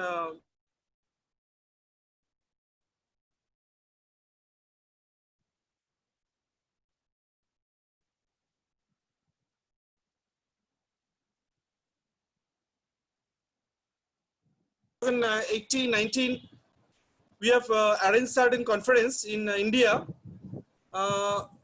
where some of the speakers from Italy supposed to come, but due to visa problem, they cannot come. So I asked the professor to give the lecture using the video conference. So some of the participants says, oh, I joined this conference for that professor, but he is absent. No, I said, he's not absent, he's in front of you. But no, they don't want to say, you must mention it, he is virtually present. So these are some of the factors we are facing the problem that, some conference, some important speakers are very important. They are the inspiration, I remember, they are the inspiration for some of the young researcher. If they can take a single selfie with Professor Jan Ekildish or Professor Vincent Puri, and that becomes very important inspiration for the person to, for their life to do the research, Even that helped me a lot also. When I go to conference, I worked with certain professor, he has given a paper, that paper becomes a Bible for me. So I believe that this is a very important task. Even I meet Professor Celia and Professor Sheikh Fata in a conference in Calcutta. So through that, we have very interesting interaction is going on still till now. So I believe in it will be much more fruitful. So this kind of thing, I always prefer the face-to-face conference, but at the same time, we also go for hybrid mode conference, which is very important.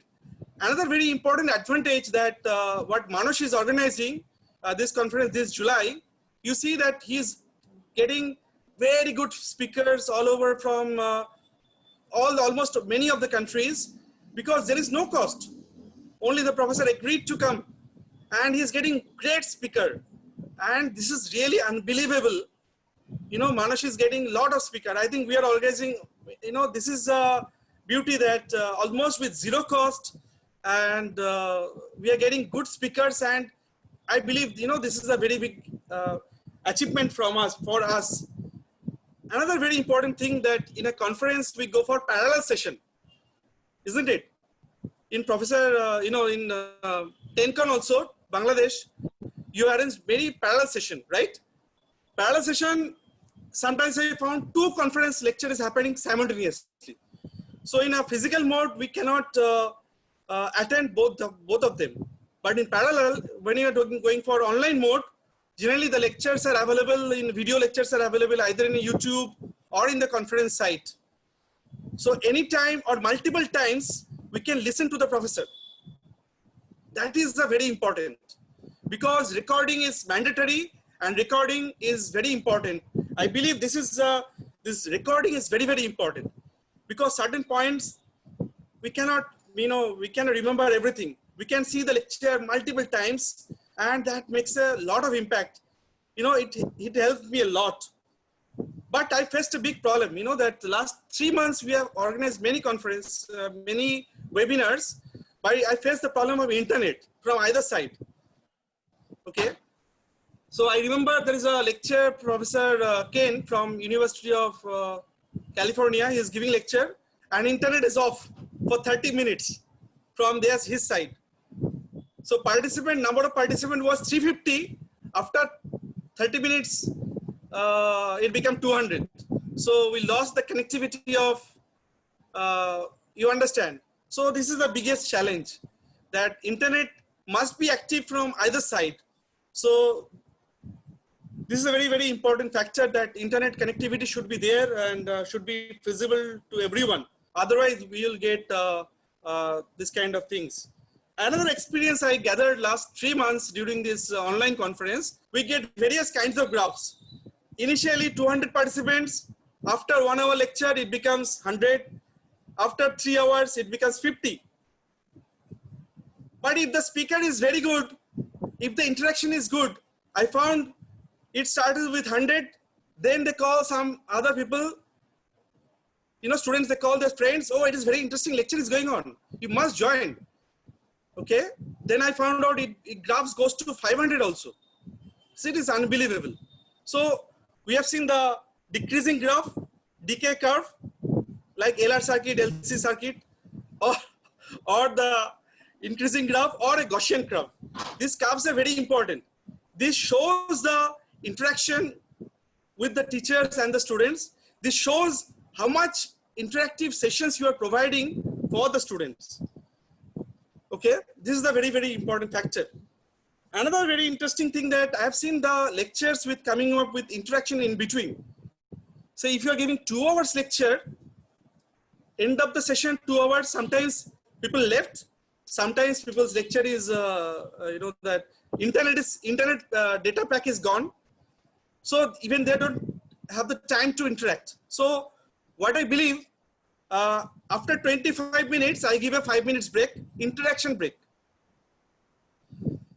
So I think I have observed very interesting sessions. I've organized 2 hour session, but I give 2-3 breaks with 5 minutes break. And that helps everyone with this interaction. So this is very, very interesting that, we have observed that 25 minutes is the psychological thing, that after that we cannot give, we cannot concentrate. So why to give the pressure to the students or to the participants? So I believe that this kind of breaks are also very important. Life without break is meaningless, right? So So these are the points. And visa is a big problem. Conference visa is the biggest challenge. You know, sometimes we organize a conference. We have found many professors, they are not getting the proper visa because of legal problems, some bilateral problem. So this visa is not required. I can remember our Professor Rajkumar, we have mentioned that birds do not need any visa. Birds do not need any visa. They can fly from one country to other country. So I believe that we are like a bird. We can fly from one country to other country. We can give lecture from India to Bangladesh to US to Japan to everywhere, all the countries without any visa. So we are like a bird, and we are really enjoying this kind of situation. I believe this is a very interesting time, whether we are, although we are going through some pandemic, but I found it is very interesting to me, and I make lot of friends. Believe it or not, I'm making lot of friends through these webinars, and I'm getting lots of emails. And I know I'm getting many students, we are writing, you know, we become co-author also. So I believe this is a very, very interesting part of my life, that last 3 months changed my life also. So I believe that we'll do face-to-face conference, also we'll do hybrid conference. And also I like to thank all the organizers of TENSYMP to organize a very beautiful conference. And I must thank to all the organizers. You said the 40 soldiers. These soldiers are very, very important factor. Those who helped us to organize this kind of big events. I believe this, I want to end this thing that that we'll enjoy more and more interaction, and thanks to Bangladesh IEEE section. And I must ask Manoj to invite all of them, those who participate here, and to announce your conference date so that everyone can come and enjoy your conference. Thank you. Thank you. Thank you, madam. Thank you, Debashish. Also, you were making fun, but I know how serious researcher you are. Recently, your PhD scholar has published a very high impact journal papers. I will request everyone to follow Debashish De's Facebook. And it is very important. Hilsha can bring many innovative ideas. I know one professor who was Signal Processing Society president, past president. He actually shared that after the conference dinner, how he was walking beside the seabeds and how he solved many questions where taking the street foods. So these are really some important facts of life. So about the internet connectivity, how we kept the internet connectivity. So we'll tell it tomorrow. We'll tell it tomorrow. So you have to join tomorrow to know it, that how we made it possible, uninterrupted connectivity, because it does not depend on us. It depends on internet service provider, and which are unseen problems. So with that said, I would like to, we have a very diversified community. We have university outside Dhaka, very famous university. If Azhar, Professor Azhar is there, Kuwait University, Khulna University of Science and Technology. Azhar, can you tell us? He is our respected, I should not say, he is a very good contributor, our respected session chair. Professor Azhar. Yes. Please. Thank you. Thank you for organizing such a good discussion session. This is very interesting, and I feel fine to see you all in good situation and in good health during this pandemic situation. There's many things and many important points already discussed. I think they both, it's a virtual mode and in physical mode. It's a very good way of organizing conference. The young researchers like student of course from Bangladesh or such underdevelopment countries, it's very interesting to join in a virtual conference. It's less costly, and so many problems that you have to face, it overcomes all the burdens. So it's an interesting idea to publish and to be a good researcher for the future, for young researchers. It's a very good platform. And I believe, and I found it's interesting during this pandemic situation, the COVID-19, it opens a new platform or new idea of virtual conference. And during TENSYMP 2020, we found it and it's established, and it's a very good conference, and it's a very excellent organizer that did very good conference that is become a reality that we can organize good conferences. One important point is, if we can declare very first during the call for papers that our conference will be in both mode, that it will be in virtual mode and it will be in a physical mode, then I believe good quality papers will be submitted. Because if you have to visit or you have to go for a long distance to present a paper, it is difficult. No? So I can publish a paper in our university also. We decided to go for the papers for online conferences or virtual conference to give some support also. If it's a very good quality in papers, then the ranking of the university is also increasing. So this is the research is a must for academic institutions.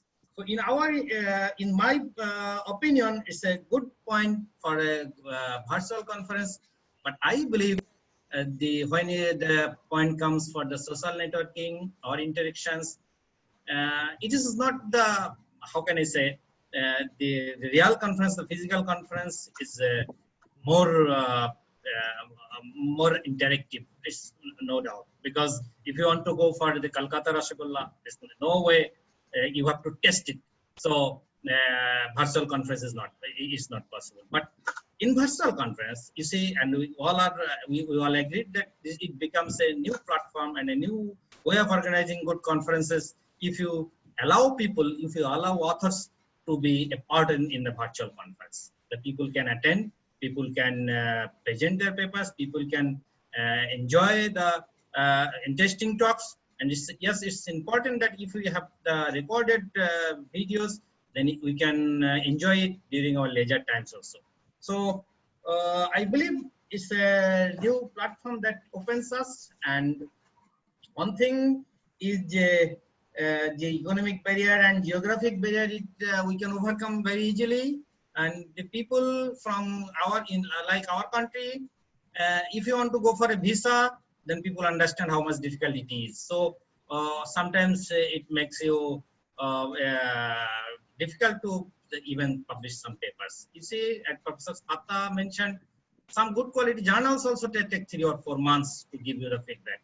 So if you have problems to publish good conference papers, then people will look for some other ways. So I believe for the young researchers and for the young conference organizers, this is a very good mode of conference organizing to apply both this hybrid conferencing.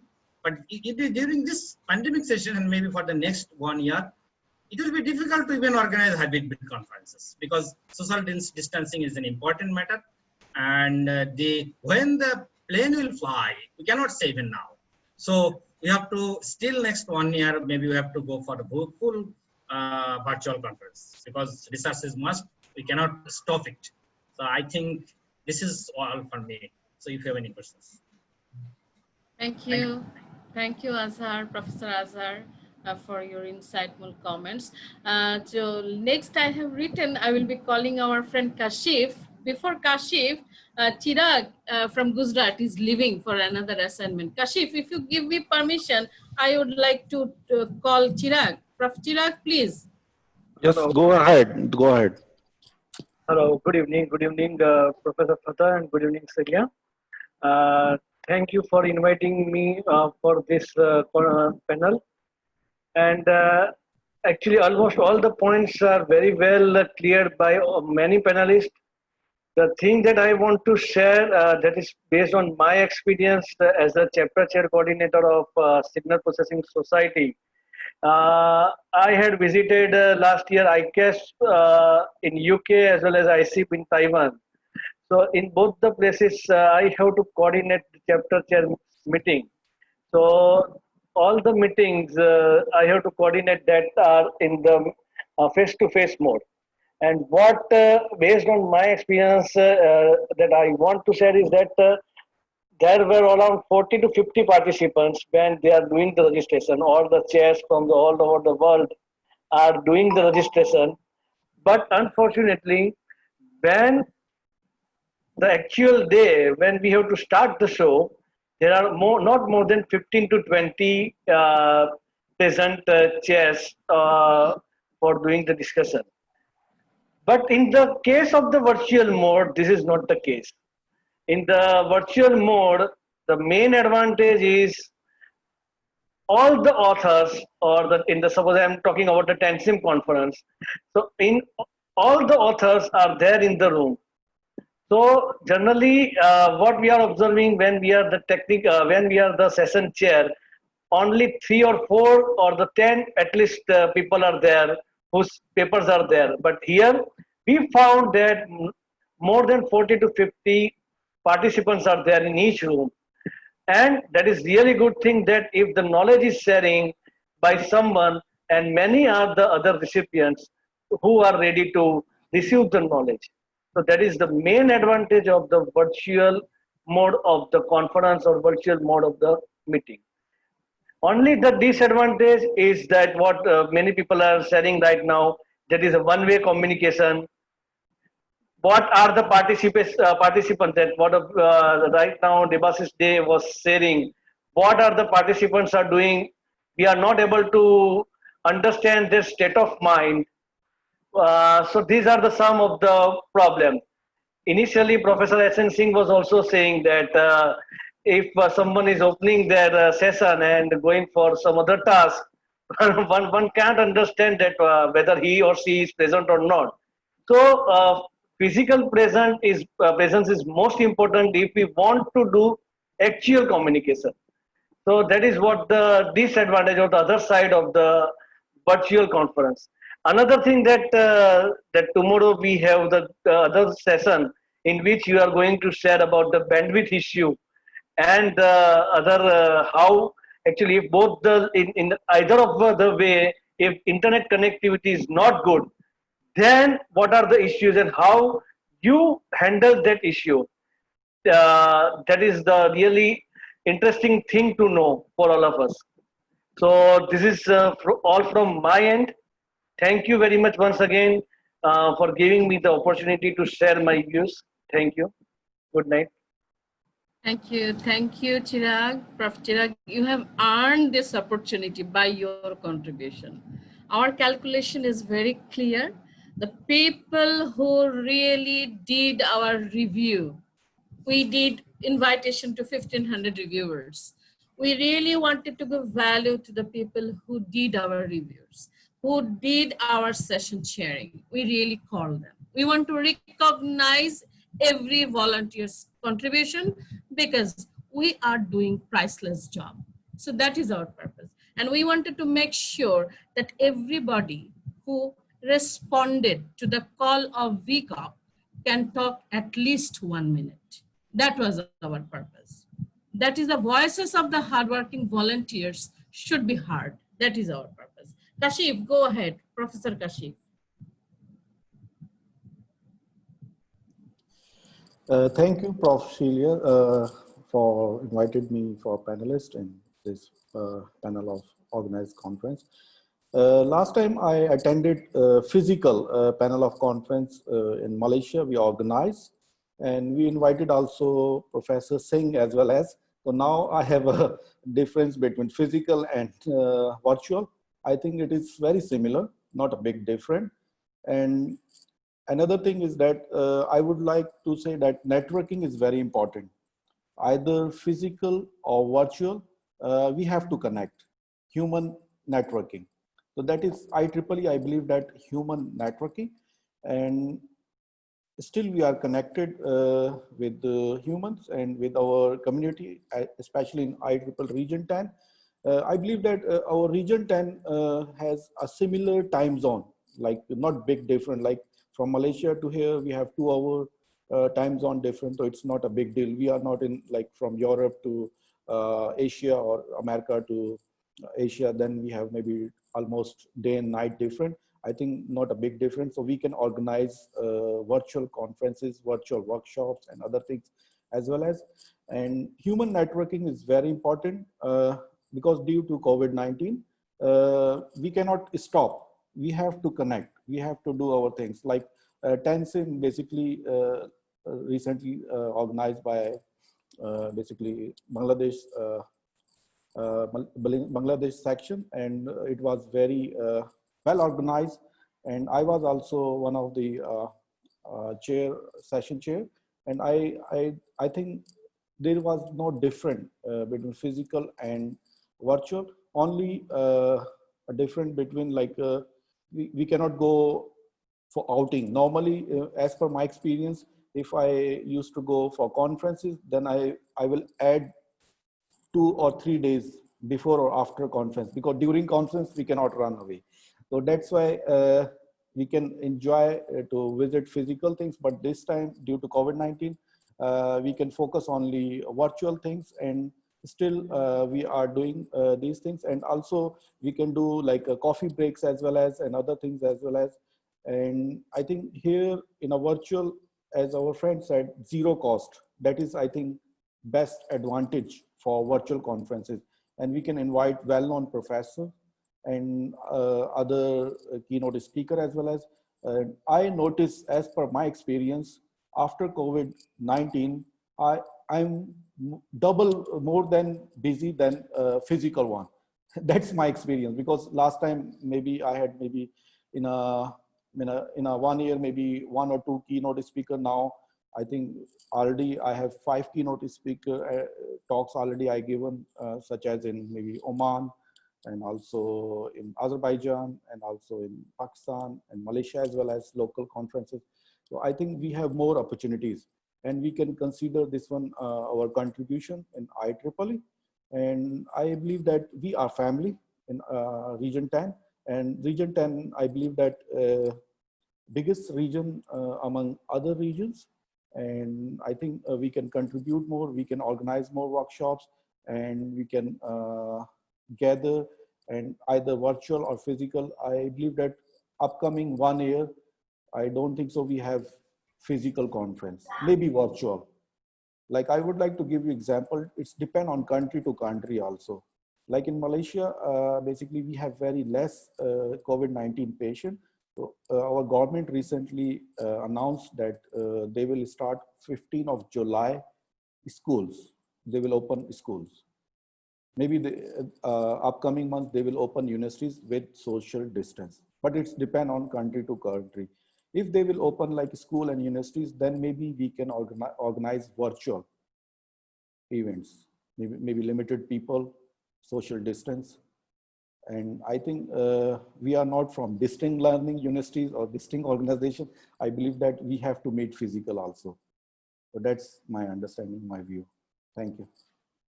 Thank you, Prof. Kasi. I really want to focus on the opportunities. I think we have more opportunities now. Yes. Although we miss talking with some special speaker who is role model in my life. When I was doing PhD, I wanted to read his book. That part is missing, but I should say that it brought more opportunities for our students to connect for their future PhD study. They know about the speakers, and also it brought more research collaboration. Personally for me, and I think it's also personally for many of you, as you say. So if we have Dr. Lasit from Sri Lanka, maybe he has some urgent issues, he has left. If Lasit is there, Lasit, if you are there from Sri Lanka, then you can talk. We can wait for you a few seconds and then we'll move to other panelists. However, he has put a very good comment that most of the thoughts have already been voiced by other panelists that Lasit said. I really appreciate this knowledge sharing session. I'm sure it will create a template for other conference organizer in Region 10. Dr. Lasit, Vice Chair, IEEE Computer Society, Sri Lanka chapter. Thank you, Lasit. Hope I will be getting Lasit tomorrow again. So now I will be requesting Dr. Samir. Samir has a very good news to share. Professor Shamir, so IEEE Kerala section has received the 2020 IEEE MGA Outstanding Large Section Award, and it was really very, I should say, humbling experience for me. I can feel the emotion of all the Kerala section volunteers, because Bangladesh section has received 2018 IEEE MGA Outstanding Large Section Award winner. So when I received the news of Kerala section, and we were in the same boat of the Kerala section volunteers, and we felt their heart. Congratulations, Dr. Samir, and congratulations to all Kerala section volunteers. Please go ahead. Yeah, thank you very much, Professor Celia, Professor Sheikh Fatah, and all other dignitaries present here. It has been an amazing journey for IEEE Kerala section over the last many years. 2019, we have received the IEEE Region 10 Large Section Award, and this year we have received the MGA Large Section Award, and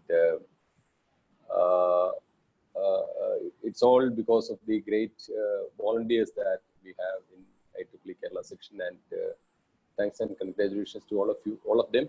But at the same time, we are having excellent relation with IEEE sections across the globe, especially Region 10, and Bangladesh section is, I mean, a region where we have excellent relation. Professor Celia and Professor Fatah used to visit all the major conferences that we have organized, including, I mean, IEEE TENSYMP2020 that we have organized. Unfortunately, they could not attend the TENCON 2019 that we have organized last year.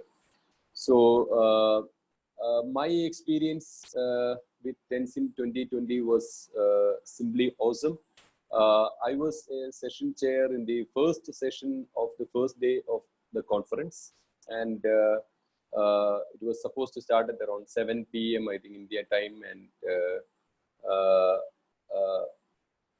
thanks to the volunteers of the 2020 TENSYMP team,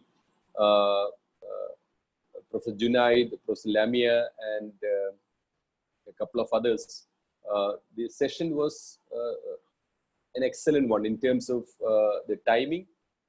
The session started exactly on time, and all the speakers, all the participants were present in the session, and it was a great idea to collect all the recorded videos of the presenters in advance, and the volunteer team were correctly, I mean, playing the videos, and all the others also were available for interaction with the attendees. And I mean, because of these pre-recorded videos, actually one advantage is that the organizers could manage the time in a perfectly precise manner, because the video was for about 12 minutes, and then thereafter some discussion for about 3 minutes. And another interesting aspect of this conference was that I mean, the quality of papers. In my session, there were 6 papers, and I have seen that all the papers were, I mean, very good papers, which could be accepted in any, I mean, big conference in the respective area. I was chair of a session on wireless communication related topics. So the topics were very good, and they were of, I mean, standards similar to the papers that we in a specific focus conference of wireless communication like IEEE Globcom or IEEE ICC. So that way, I mean, it was a great experience. And the another interesting aspect was that at the beginning of the session and at the end of the session, there were some photos taken, and we had said IEEE and took photos. Celia was also present during the opening time, and it was very interesting. I mean, after and then at the end of the conference, after the conference, the organizers were so meticulous in sending those group photos back to the session chairs and all the attendees, and also the e-certificate was provided to the session chairs, and again on time. And I mean, it was a beautiful certificate. Thank you very much for for that. So one point that probably is one or two points that probably is not something which is beyond the organizer's control, but maybe a limitation of virtual conference like this is the networking opportunity. So obviously conferences are not only for conveying technical knowledge, but it's also a networking opportunity. So we miss the opportunity to interact with Celia, Fatah, and all other attendees of this conference, and physically, and then the sightseeing opportunity. Someone has told the local cuisine is again we have listened to that, and the missing aspect of the hilsa fish and other kind of things. Another thing is probably I was a chair of the first session. The number of attendees were less. All others were present. Attendees were less. So probably the other sessions where there could be more people, because the timing was an issue for our session, because we started before the breakfast time actually. Yeah. So overall, I felt that it was a meticulously organized conference, and it was a new experience for me. I was the general co-chair of TENCON 2019, and I know how difficult it is to organize an event of this magnitude in the fully virtual mode. So Celia perhaps will share some of the secrets tomorrow regarding the kind of efforts that have taken to ensure excellent connectivity and issues like that. I was just looking at the website of TENCON 2020, which is going to happen at Osaka, but they have never, so far they have not declared it as a virtual conference. I wish they declare this conference as a virtual conference, and because anyway there are a lot of uncertainty in organizing this, and today also I have received some queries from our members requesting me to talk to the TENCON 2020 organizers to make it fully virtual. So that one important attraction is that the registration fee will be substantially reduced once it is being declared as a virtual conference. Obviously, the most significant expense of a conference comes from the venue side. Hotel, and the food and other beverages. So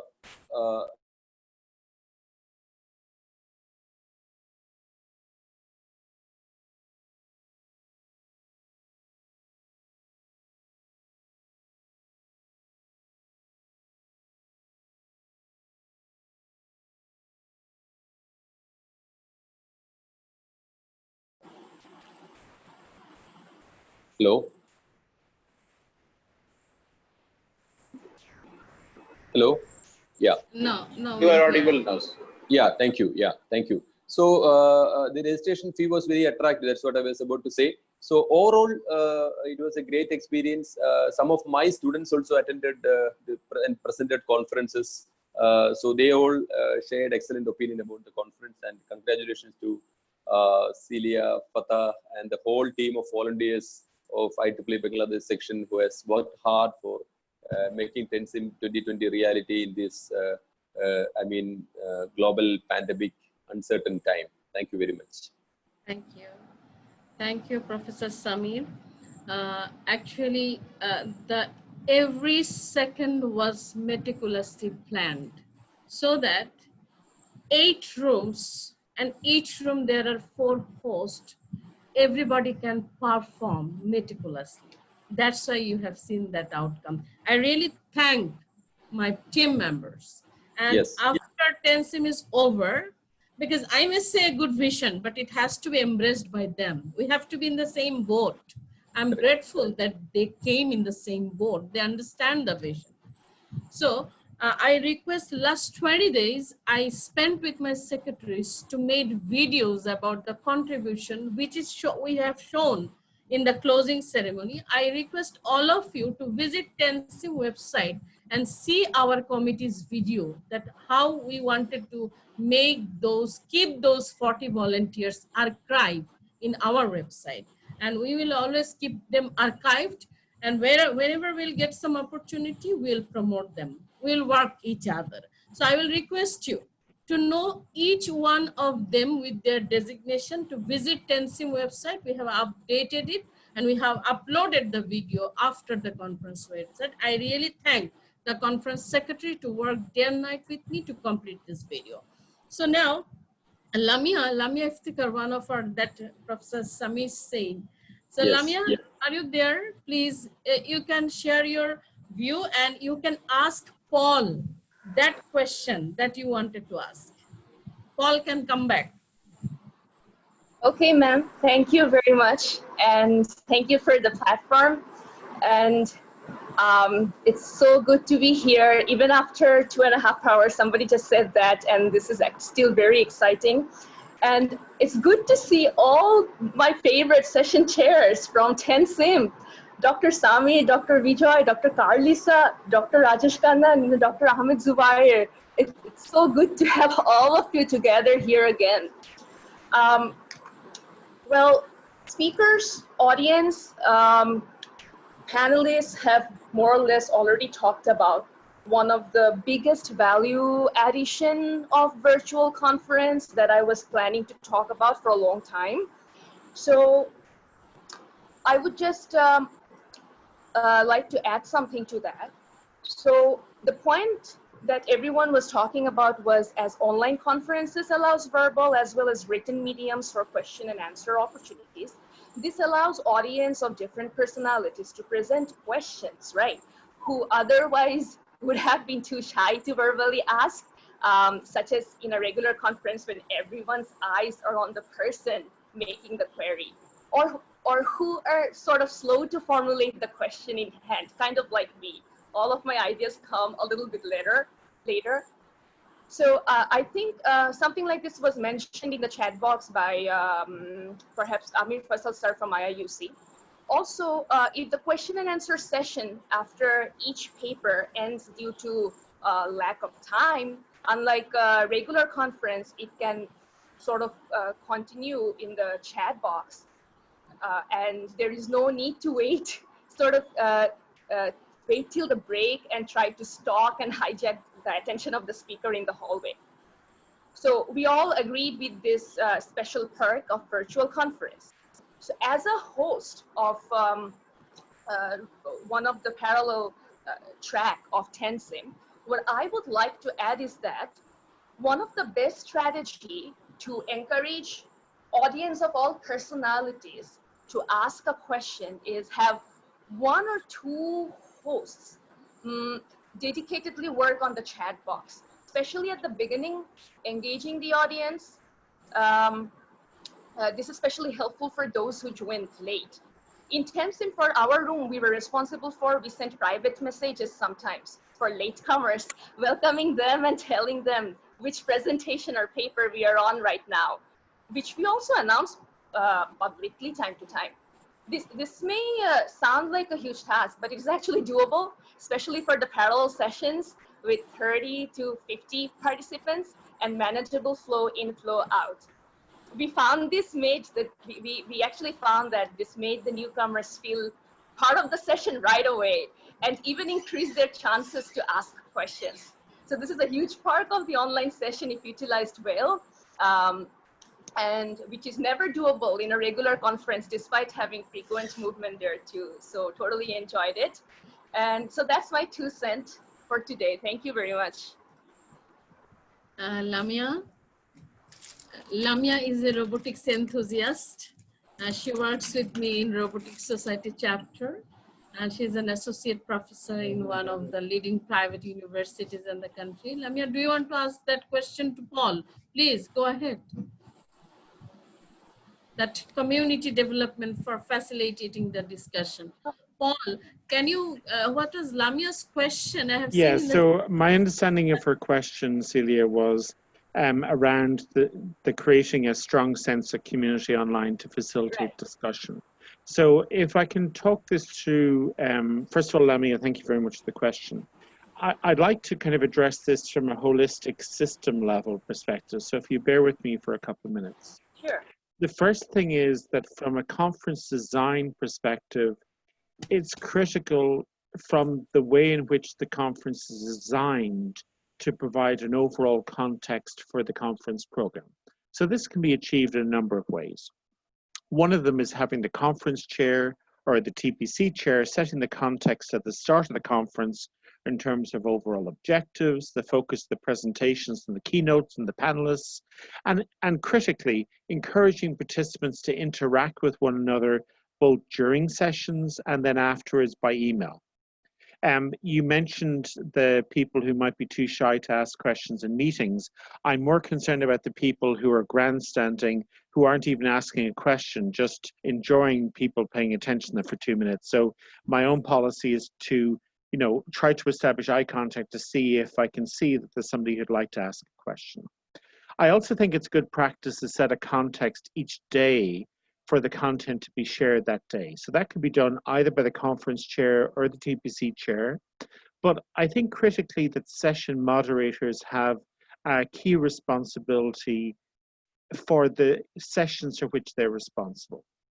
And I'd also recommend that for a hybrid or a virtual event, that they should consider grouping plenaries and paper sessions in such a way as to complement one another, rather than the more traditional approach for a physical event that we're all familiar with, of either opening and closing plenaries or plenaries at the start or end of each day. And from my perspective, the concept is that plenary presentations should provide a 40 to 50,000 foot perspective on the topics that will then be addressed at a more granular level within individual sessions. The second point I'd make is that a high quality of session moderation is necessary to create a strong sense of community.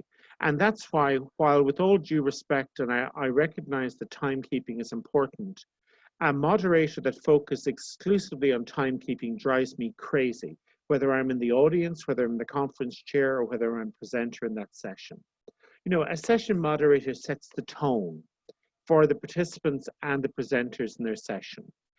From my perspective, allowing for sociocultural differences, ideally they should be friendly and warm, especially online, to overcome the barriers of distance.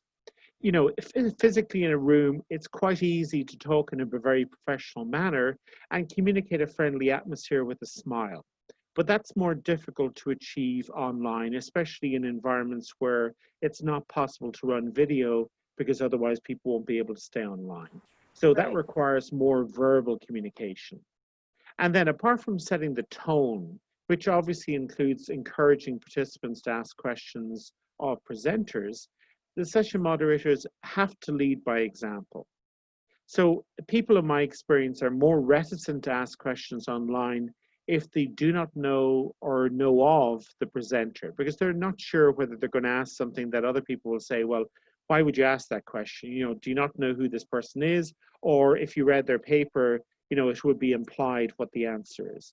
So I think the moderator must start that process by doing preparation. And that's why I said at the start of my own presentation, I believe that an online or a hybrid event requires much more preparation than a physical event, despite all the complexities of a physical event. And that preparation for a moderator includes preparing at least 1 or 2 questions for each presenter. We all know of presenters that read the slides word by word. We all know presenters that, by the time you're finished, you wonder why they were allowed to present in the first case, because you don't think there's much substance. But you still have a responsibility as a moderator to ask at least 1 or 2 questions so that you then encourage other people online or in the room to also ask questions. It's obviously much more impactful if the questions you ask are not generic, but more tailored to the topic being addressed, and perhaps raising concerns or congratulating somebody on a particular insight that they shared and how did they capture that and how did they stand over it. The third point I'd make is that I think it's important to have a good level of interaction in general to encourage people to stay online across a number of sessions. In the case of TENSYMP, it was over 3 days. In the case of IST Africa, it's over a week. So obviously, we all have the concern that if things aren't sufficiently interesting or interactive, there'll be a tendency for people to just go online for the session in which they're presenting, or just go online for sessions where they know somebody who's presenting or they're interested in the topic being addressed, and then they go offline again. So for that reason, we decided to keep the format for IST Africa Week this year similar to how we organize physical events, where with each presentation, it was followed by live questions, so there was a good level of interactivity. And that's what you did, exactly the same thing with TENSYMP as well. And I think that works well. But again, my point being that it's not good enough for the moderator to say thank you, does anybody have any questions? The moderator has to be willing to do the work, as I know many moderators were, and to actually do some preparation or listen extremely carefully during the presentation and come up with a legitimate question that will stimulate and expose more of the reason that's behind what's presented in case the person didn't do a terribly good presentation. And while going back to timekeeping, it's doubtlessly important, especially if you have parallel sessions, to keep generally to time.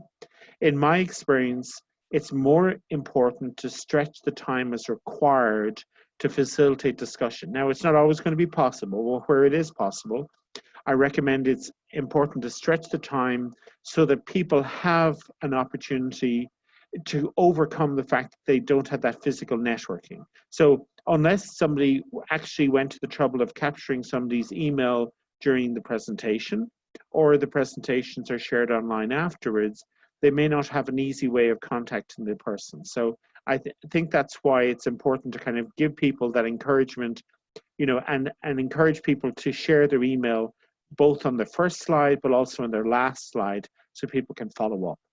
And what we did in terms of managing time of presentations was we provided clear guidelines and a structured PowerPoint template to facilitate the preparation of pre-recorded presentations. And without exception, everyone, you know, did what we said. There was nobody with 60 slides. There was nobody who spoke for half an hour when they only had 12 minutes to speak to allow time for Q&A.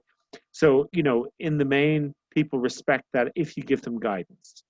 And then finally, in the case of IST Africa this year, we have permission from all the plenary speakers and the paper presenters to publish recorded presentations on an IST Africa YouTube channel afterwards. And that allows wider access to the program outputs. And I strongly recommend, from a practical and operational perspective, securing this agreement as part of the preparation process. So in other words, ask the question when you send them the template and give them feedback on their MP4 file, rather than having to follow up with people after the fact. So I hope that was useful, Lamia. Yes, thank you. Thank you so much. Excellent 3 points and sub-points, very actionable insights. Thank you, Professor. My pleasure. Thank you, Paul. We'll cut this video and we will keep it as an archival for training our session chairs, our timekeepers, our young volunteers. So it will set a role model for how to make the session more engaged, more meaningful. And so for the sake of time, we have a very young researcher, Dr. Savita. Maybe she's getting late. She lives in Malaysia. She is Region 10 student representative. Savita, are you here? Yes, Savita. Before Savita goes, I like to say my gratitude to IEEE Uttar Pradesh section chair, Professor Ashish is here, and also Professor Karachi section chair, Professor Bhabani Shankar Chaudhary is here, and Malaysia section chair, Professor Faizinu is here. So can you just open the video and say hi to us? And forgive me if I miss someone. Hi Faizinu. Thank you, it's getting late. Hope we can listen to you tomorrow or at the end of today. So thank you all, Professor Ashish and Professor Bhavani Shankar Chaudhary. Thank you for your time. And we have also IEEE Region 10 newsletter editor, Faisal. Faisal, are you there?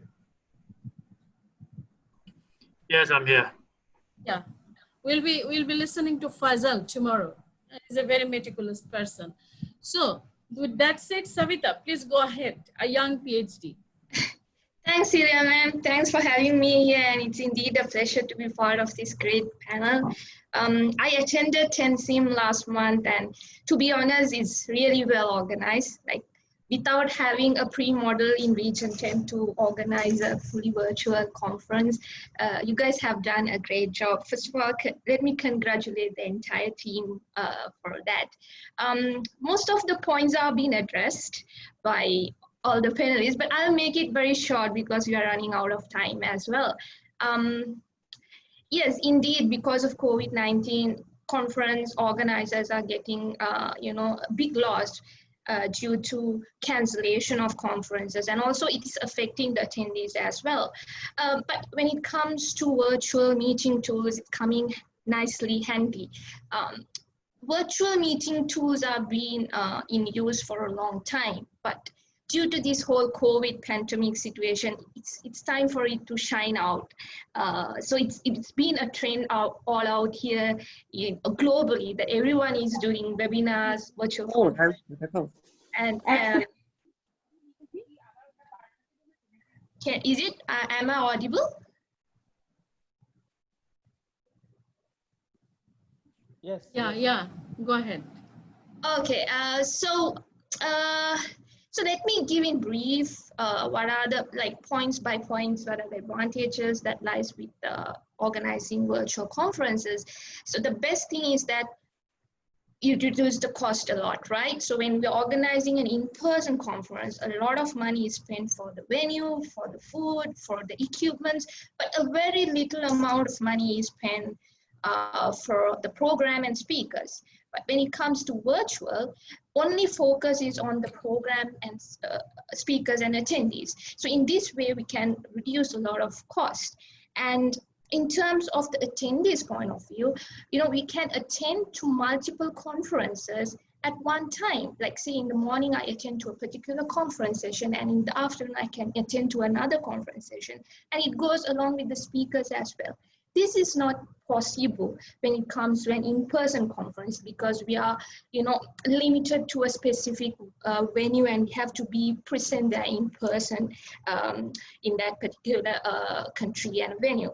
So another advantage is increased audience participation. So there is pros and cons with this point is because definitely you cannot replace face-to-face conferencing with virtual when it comes to audience interaction.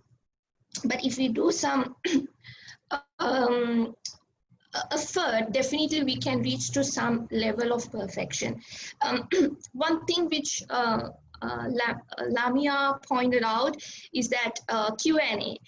Because as far as I know that students are shy to ask questions in big audience. So when there is this chat and Q&A option, they are much feeling, confident to come and ask a question, type out a question in the chat box. This is one of the benefits I see when it comes to virtual interaction of participants. Another option is if you have particular sessions which you can do live streaming. For example, there are YP tracks, SAT track, V tracks in a particular conference, then you can live stream it so that it can reach to a wide audience. For example, in 2 days before, we organize a webinar under Region 10, and before this, we don't live stream webinars. But that particular webinar, we decided to live stream, and we saw a huge difference. The registered attendees were around 100 plus, but the live streamed video views, we reach up to 1.2K. So this is the reach that we can go with live streaming sessions. And those videos are available there for everyone to visit in any time and view it. So that is the benefit I see when it comes to reaching out to participants. And another thing is post-conference networking. I see a lot of the panelists discuss that, we attend a session, we listen to the speaker, we ask few questions, and there are some breakout sessions or networking sessions. But after that, how do we, extend the networking of a virtual conference? So many conference organizers, they do create these Facebook, LinkedIn groups so that speakers and attendees can interact and network. And another tool which IEEE gives handy is Collaborative. it's not like only social networking, but collaborative is also specifically created for researchers. So it can be used even for file sharing and content modifying and so on and so forth. So it's something, a tool that conference organizers can think of for post-conference networking sessions. And another interesting thing I saw recently was the 3D conferencing platform, which a conference from Women in Graphene. They use a tool called Wordway Events, where they simulated the whole conference in a 3D platform, and the participants can even create their own avatar and interact with the fellow attendees and network. So it's something a cool tool, but definitely need more development in the future. And another tip is that having a priming sessions and synthesis session. A priming session is where, like, at the beginning of the year, beginning of the day, when you start your activities or events, you can have a brief intro. This is our theme. This is what we're expecting to do. And in the synthesis session, we can ask the participants to reflect back what they have learned so that they are more engaged to the sessions they have attended. And the last and the most important thing which I would like to put forward is rather having full day of virtual conferences. So for example, if you're having in-person conferences, we have full day for 2 to 3 days. It's because that we are limited with the volume venue, so that we have to pay for the venue, so we cannot have it for more days.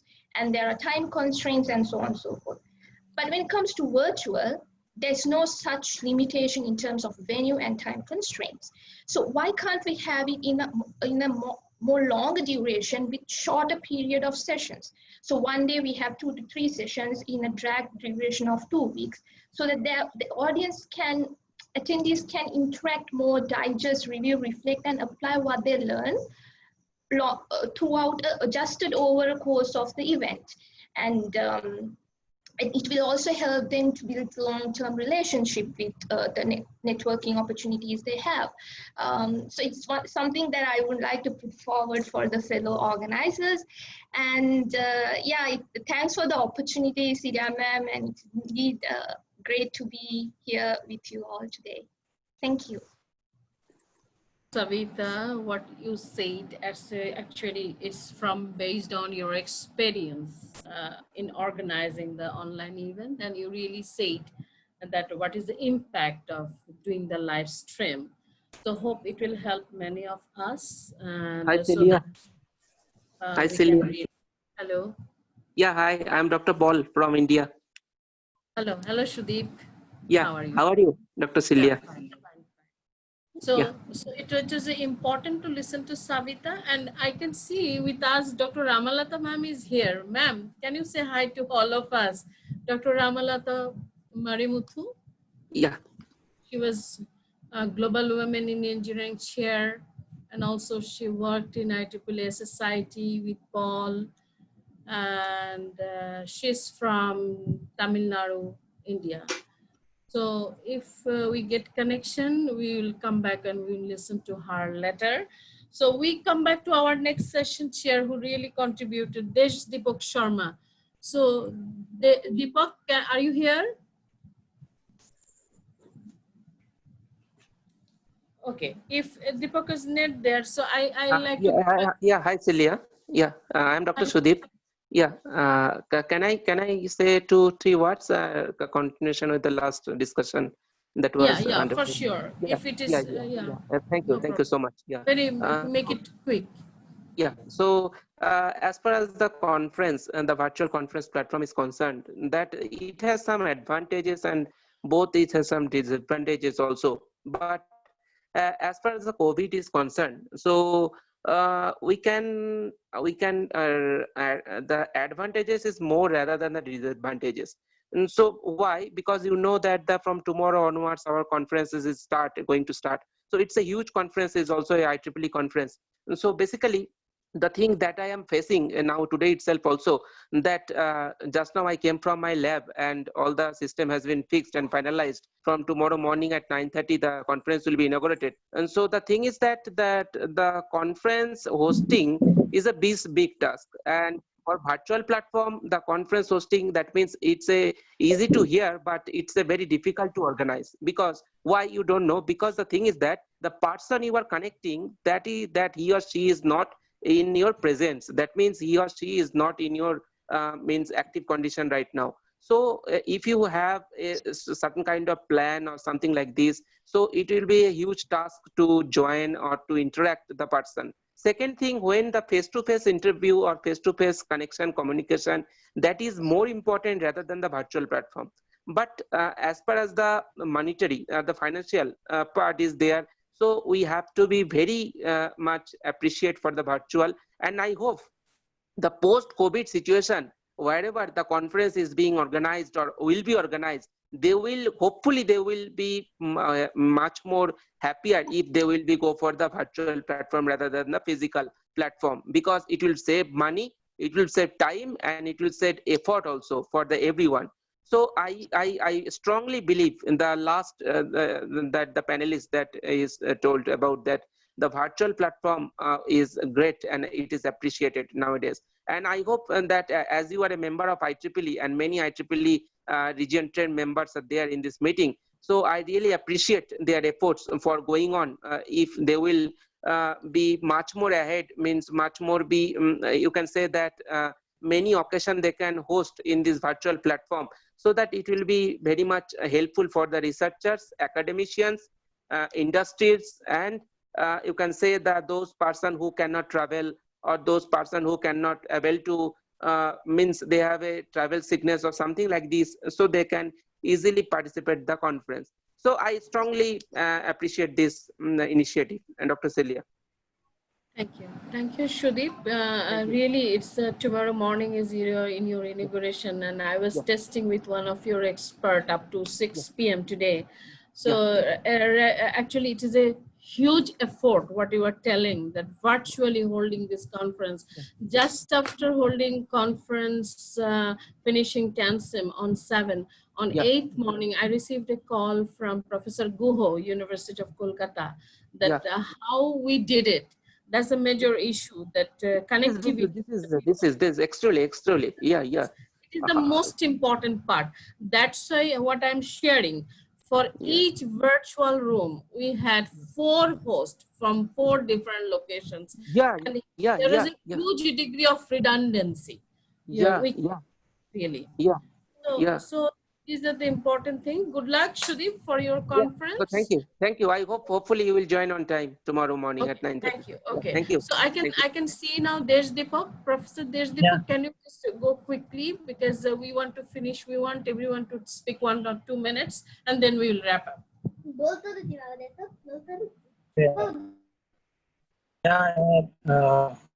Tomorrow I will discuss. Ma'am, hello. Okay. Hello. Okay. Deshdeepak. Then okay. You want to go tomorrow, right? Tushar? Yeah. Tushar Jadhav. Yeah. Dr. Tushar Jadhav. Hello. Do you want to share anything very quickly?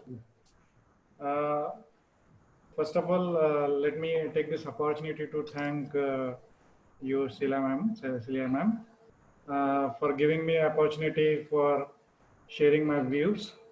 Almost all the important points are addressed by the earlier panelist.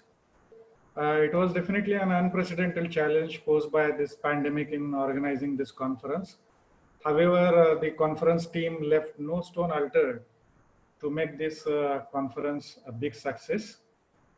I feel that this pandemic in one way posed challenges in front of us, but in other way, it must have helped the organizers to tap the resource person across the globe. And this is what I see as a great opportunity in virtual conferences. Although it's a small suggestion from my side, because I was one of the session chair, I like definitely the idea of having the video presentations ready in any situation to handle. Although I feel that if you allow the presenters to present live sessions, then it will be a more live conference. Of course, with the efforts that you have put in and your team have put in, I can say that it was just like it gave the feel of the physical conference. And I also agree that there could be hybrid conferences, and if you can definitely allow the online presentations, definitely it will help to the researchers who are financially not in good condition or who don't have travel grants. So with this, I wish all your future activities very best luck, and thank you for inviting me again. So thank you so much. Thank you. Your point that it is always interactive if the presenter appear online. But actually, for the first time, we didn't want to take any risk. And most important, the presenter was online to handle the question answer session. It was almost mandatory, right? To go the paper, to send the paper to be accepted by the IEEE, to be considered by the IEEE Explorer. So presenter was there. Only thing is that we didn't encourage the online presentation due to connectivity issue, which is beyond our control. So I will request now at this moment, Professor Kumarappan from Madraj. Recently, he has organized just a few days back an online conference. Professor Kumarappan is there. If I saw him, we will wait 1 second for him. Professor Kumarappan. I'll join you in the tomorrow session. Okay, no problem. Thank you, Professor Kumarappan. And also there is our Dr. Hassan from American International University, who is one of our partners and our session chairs. Hassan Imam, are you here? Yeah, madam. Yeah, thank you very much. Yeah, I don't take much time. Actually, it's long time and very lively discussion. So I want to thank Dr. Sheikh Fattar sir and Celia madam for having me in the conference. It's a great experience for me actually. What I just share some points that this type of virtual conference actually need a lot of planning, precise planning, this meticulous planning to do it successfully. So we have this. I thank all the organizers, all the TPC chairs of the organizing committee for having this. So it was a success actually. We do all the sessions successfully. I was one of the moderator in one of the rooms, and I was a session chair. I was organizing committee. So those who are planning to do total virtual conferences, my advice is to first make a very solid plan, how to do it, how to handle, what will happen if something goes wrong in one room. That madam actually says every time that we have 4 hosts in every room. That means we have extra person there. So if some person is losing their connection or any problem, then other hosts can handle this issue. That's very important.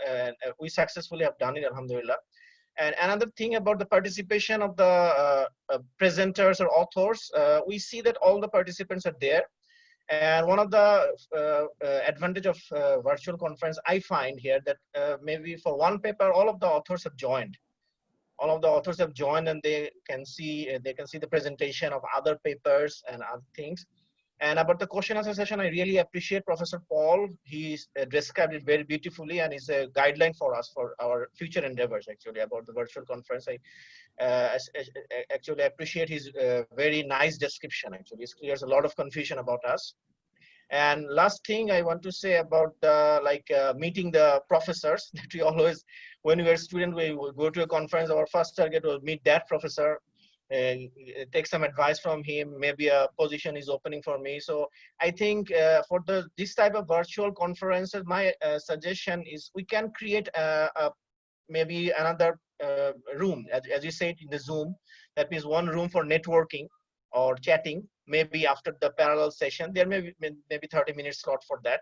So those who are try to connect with other professors or other researchers or other authors, it may be possible maybe. So that may be a effective way, because during the session we have a time limit. We need to moderate the session, and as the Professor Paul said, the moderator should be very smart in conducting this virtual session, because sometimes the videos are running, sometimes some portion part of the like description is missing. So we need to make the session running. The moderator duty is very important, and we try to do that. Thank you again, Professor Paul.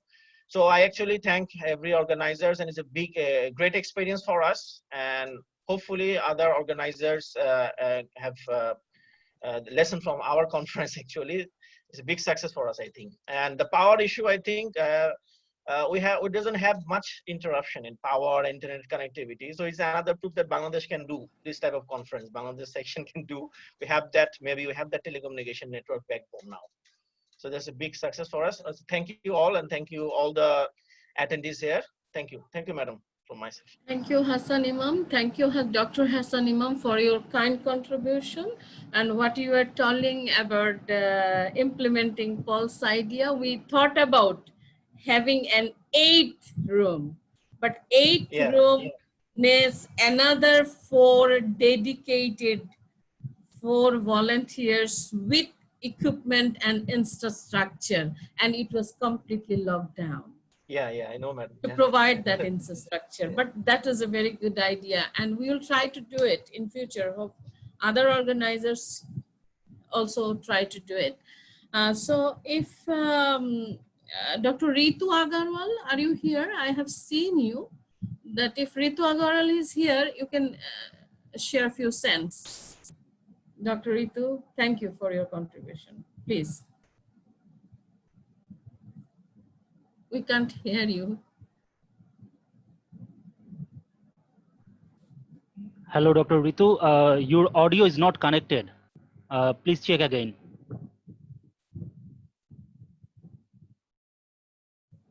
Yeah, your audio is not connected. Now you can.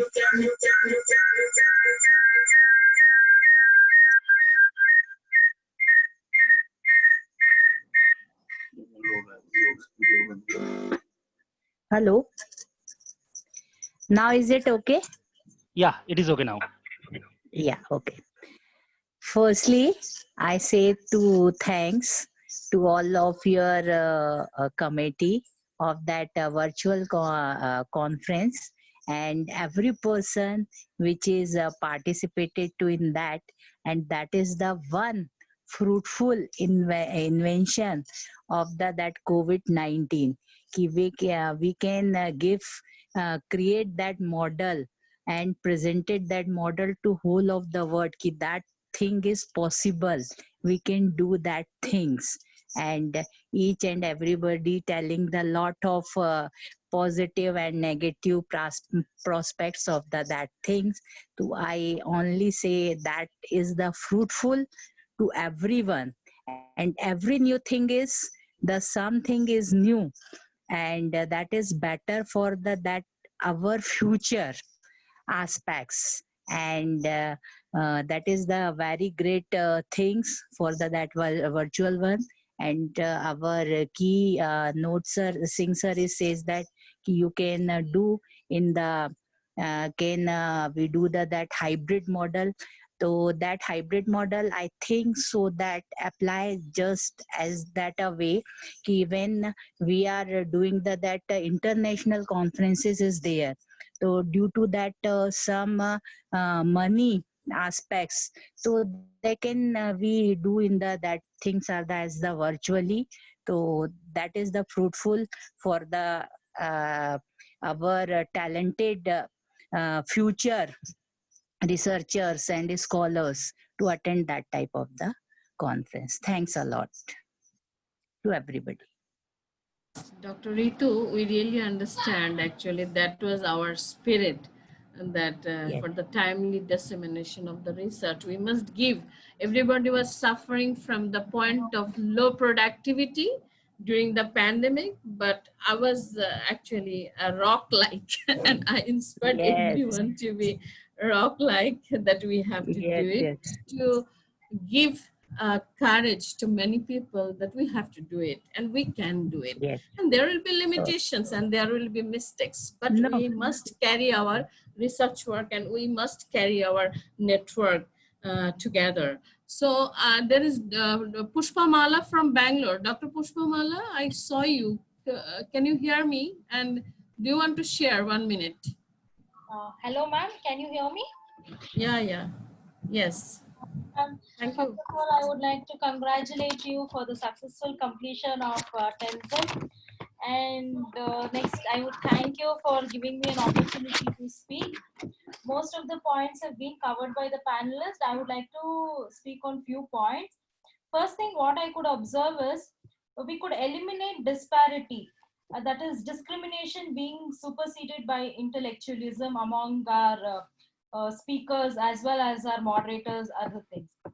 Second point was actual women empowerment was there in the conference.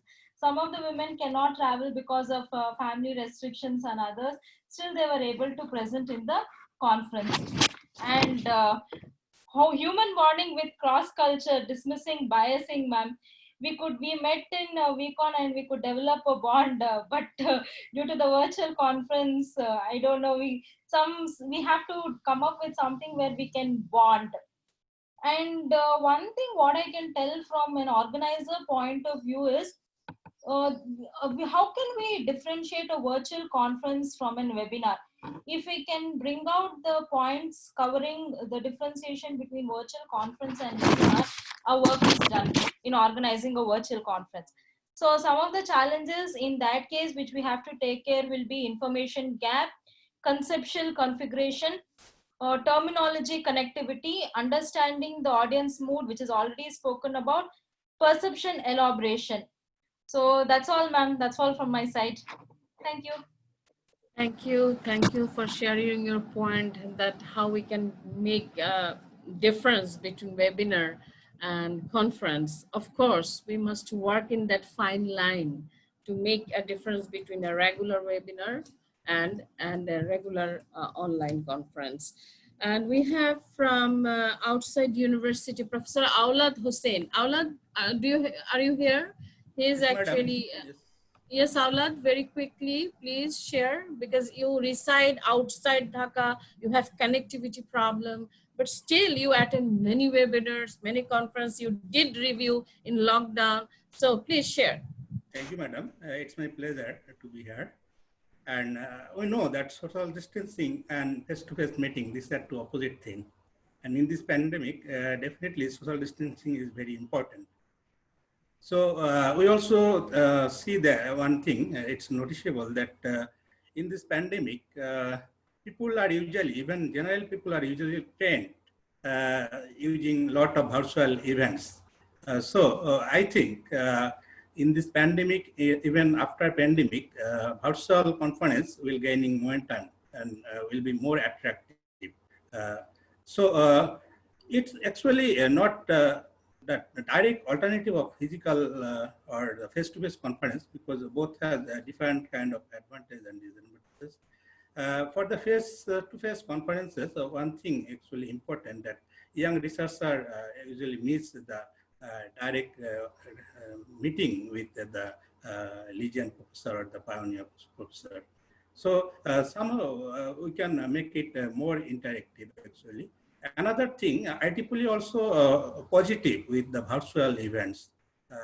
I found that IEEE actually MC team very helpful about organizing the virtual conferences. And another thing also, we can see that a very good example of virtual conference is TENSYMP2020 itself. I am really feeling proud to be part of TENSYMP. Around 2,000 participants is really unimaginable. So it was a mega event actually. About the degree of freedom, definitely it's a positive factor as discussed. I think one negative part of it also, it introduced when we go to the conference, we usually isolated from our home and office and dedicatedly enjoy the different sessions. But in virtual conference, maybe people work with different, not so interactive question and answering session, as I found. I think future organizer can think about more how innovatively they solve the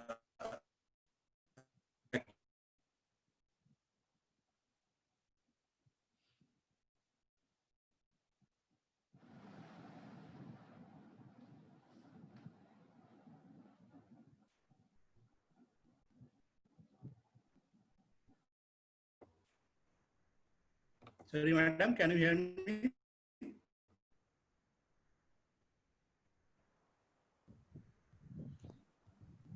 Can you hear me, please?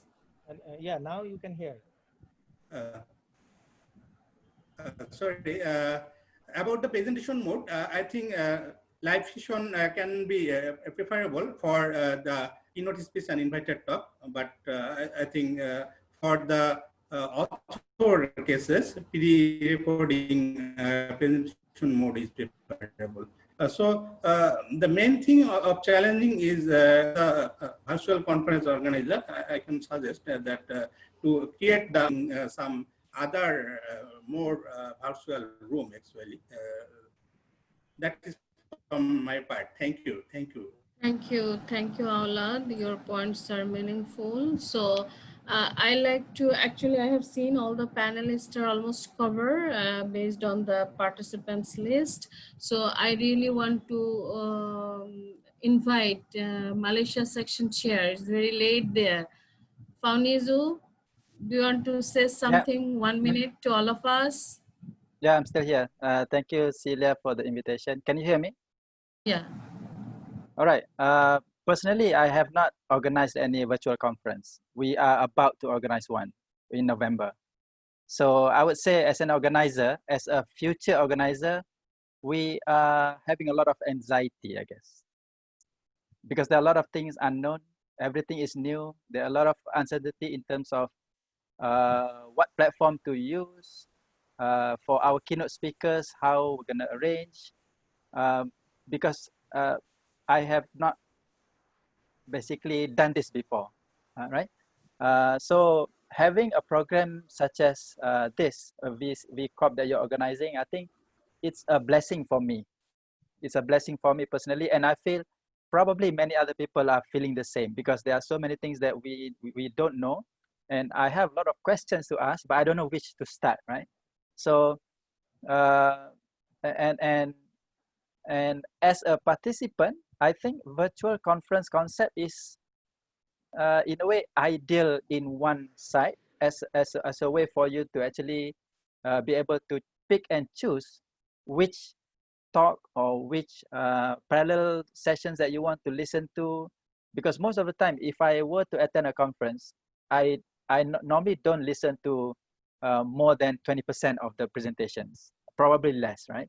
So in this way, it's easier to choose and pick at your own time. So that's the ideal case. But of course, we lose the ability to network, to really network face-to-face. But given the current scenario of not being able to connect because of COVID-19, I think this is a very good platform, and I think many organizers are doing very well. And I congratulate your team for being able to plan and execute such a big event, and also for taking the time to share with us, future organizers, the best practices, and also giving us a channel for us to ask questions if we have to, moving forward in the future. So thank you very much for giving me the slot. Thanks. Thank you, Fanuzi. It's an honor. And people may say we are doing it for R10 HTC because we really, Malaysia section is doing R10 HTC. Don't worry, we all are here. Our all reviewer pool, all session chairs, all organizers are with you. That is important. That is the spirit. COVID has taught us. When there was face-to-face, we were not really feeling that. Now we feel it, that we are together. So we have Karachi section chair, Professor Bhavani. Bhavani sir, can you share just 1 minute?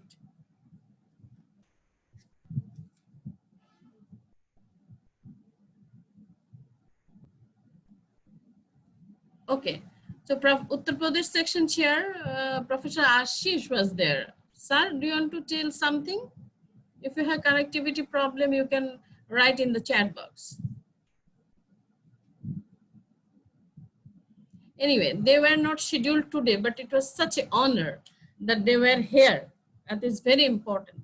They're very senior person, very experienced person, but you know, they wanted to share. Now I will request Professor Fatah to handle the rest of the session and summarize the session along with Paul and Miriam. Professor Shahnaz, I have 1 minute to say. Can you allow? Who is that? Alam Mandal. Oh, Professor Alam, yes, I was looking for you. Yes. Okay, no worries. Okay. I will take. I was looking, no problem. Alam, Professor Alam Mondal. I'm sorry, but it's I have yeah, a lot of issues, but because I saw your name. I was looking for your name and I'm looking at the picture. I was looking at the picture. Anyway, thank that's you. Go why ahead. I take time. Just 1 minute. Yeah, things are all voiced. So 3 points. Like we need to keep momentum of moving things. Number 1. Number 2 is I will not thank COVID-19, but learn from this crisis. Blended or hybrid system will work in the future significantly, I am sure. But workload, no, I don't know that my workload or work time has increased significantly during this crisis period. I don't know about you, but others. Working time has increased significantly, but there is a saturation point. We cannot cross this point. So in this case, I want to alarm or signal one thing that we should not be too emotional to rely completely on virtual conferences. We have to maintain the quality things and we can move only for hybrid things. Even the situation is normal, hybrid will work. Thank you so much. Thank you, Professor Alam. Please share your expert area, one line. In which area you work. You really did a very good job. I do the energy policy things. People start like Alam Hussain Mandal. So that's why I'm saying about the future. Because somebody is blaming the COVID-19, or you should not blame. This is our failure. Like scientists fail to predict this future, but we should not forget to we should not do the same mistake to predict the future. If we completely rely on virtual, it will not work. I think this is my prediction, but maybe I'm not right. So fully rely on the virtual things will not work in near future or future. Thank you. We really agree, but we have to depend on the situation. We have to adapt with the situation. Yeah, it's debating things, but yeah, anyway. Yes. So I really like to thank, I told you that visit our website, see our committee recognition video, our technical program co-chair, Professor Moshul Haq. Moshul, Prof. Moshul, say hello to everyone if you are there. Yes, ma'am. Thank you so much. So hello, everyone. So it's actually our wonderful experience. And thank you all committee members and session chair and speakers to having with the TENSYMP 2020. Thank you so much. Thank you so much. Professor Moshul is a professor in one of the leading universities outside Dhaka. That's a public university. Professor Abdur Rahman, another TPC co-chair. Are you there, Professor Abdur Rahman? Yes, I am here. Thank you very much. So I am actually a victim of COVID, so I am recovering from that, and hopefully I am doing well. And so thank you very much. And it was really wonderful to listen to the keynotes and the panel. And we are seeing that people are hoping to be better. And we know actually we did it. And I would like to again congratulate the very hardworking team of the TENSYMP. And hopefully if you need any help from us, we are there. We are there to help you in Bangladesh, in R10, in anywhere in the world. Now, that is the beauty of the online, that we can connect from anywhere. So hopefully we can help. We'll be able to help. Thank you very much. Thank you, Abdur Rahman. My prayer times increased because of your COVID. Thank you very much. Thank you. And the schedule, conference schedule that you are seeing in the TENSYMP website, actually it is the contribution of our Abdur Rahman. He's a very hardworking member. Another TPC co-chair is Professor Abdul Razzaq. Just say hi to us. Professor Abdul Razzaq. Yeah, hello everyone. So I actually listened for the last 3.5 hours. It was actually a very wonderful experience for all of us. Basically, I would like to congratulate all the speakers, authors, reviewers, session chairs from all part of the world. Actually, I want to say one thing that a lot of question asked about the virtual station. So actually, I was responsible for preparing those 40 virtual stations in the different part of the country. And I was responsible for sending the IT equipment for these virtual stations, especially the broadcasting station, I want to say. And it was a very, very hard experience to send those equipment to IT devices to all these 40 stations. And practically we were prepared. If one station failed, then the other will work. So that's why probably we were so alert from different experiences from different conferences, especially inspired by our technical chair, Professor Fatta, and also general chair, Professor Celia Fatta, was so curious about whether we can do it or not. But successfully we did that. And I want to congratulate and also want to thanks all these 40 hardworking, I want to say the volunteers especially who work behind this success. Thank you very much.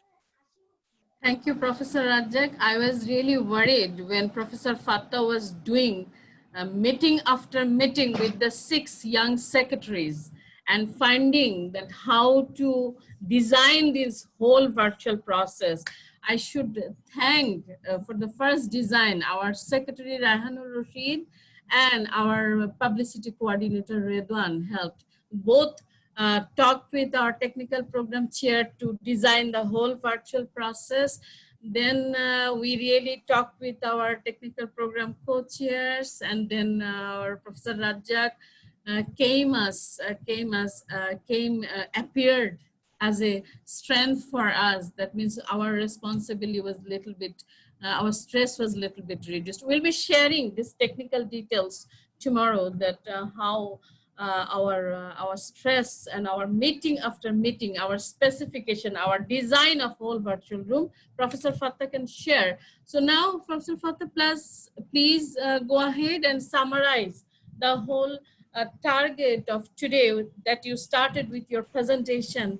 Hope Paul and Miriam can help you because they have superior experience in it. Thanks. Thank you all. Our target was to end by 10:30. So hope we are right on time. So yes, you may not be able to ask questions, those who are participants, but please feel free to ask questions. You can send email to Dr. Celia. Just if you have more question, you can send it there. But the Ignite session, what I started, had few issues, but by the time we are ending now, I hope you all understood. Nobody in this meeting said anything about the option which we call like you will be having the on-demand option. Videos will be there, 1 month video will be there. Anytime you can listen, there will be no live session. So I was just wondering if anybody is liking that particular option. Everybody is selling fine. Live session will be there.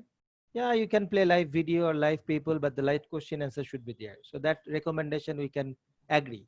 Obviously, all of us, we are agreeing that we want face-to-face conference. But when? Because you are telling this is an international conference. If it is an international conference, everyone should get the similar opportunity, similar platform, for speakers, for keynote speakers, from authors. So as far as travel is totally collapsed, we have to spend 14 days when we are going a new country, and when you will be returning, you have to spend 14 days. So I don't think anybody for the next 1 year, how the situation will go, you never can anticipate. So for this time, we have to explore and explore and explore. Who knows that we can have a very, very nice alternative of a face-to-face conference. So when there will be an opportunity to organize face-to-face conference, some of us may be feeling lazy to organize a face-to-face conference where you have to have attention for food, for venue, for logistics, for kids, a lot of other issues.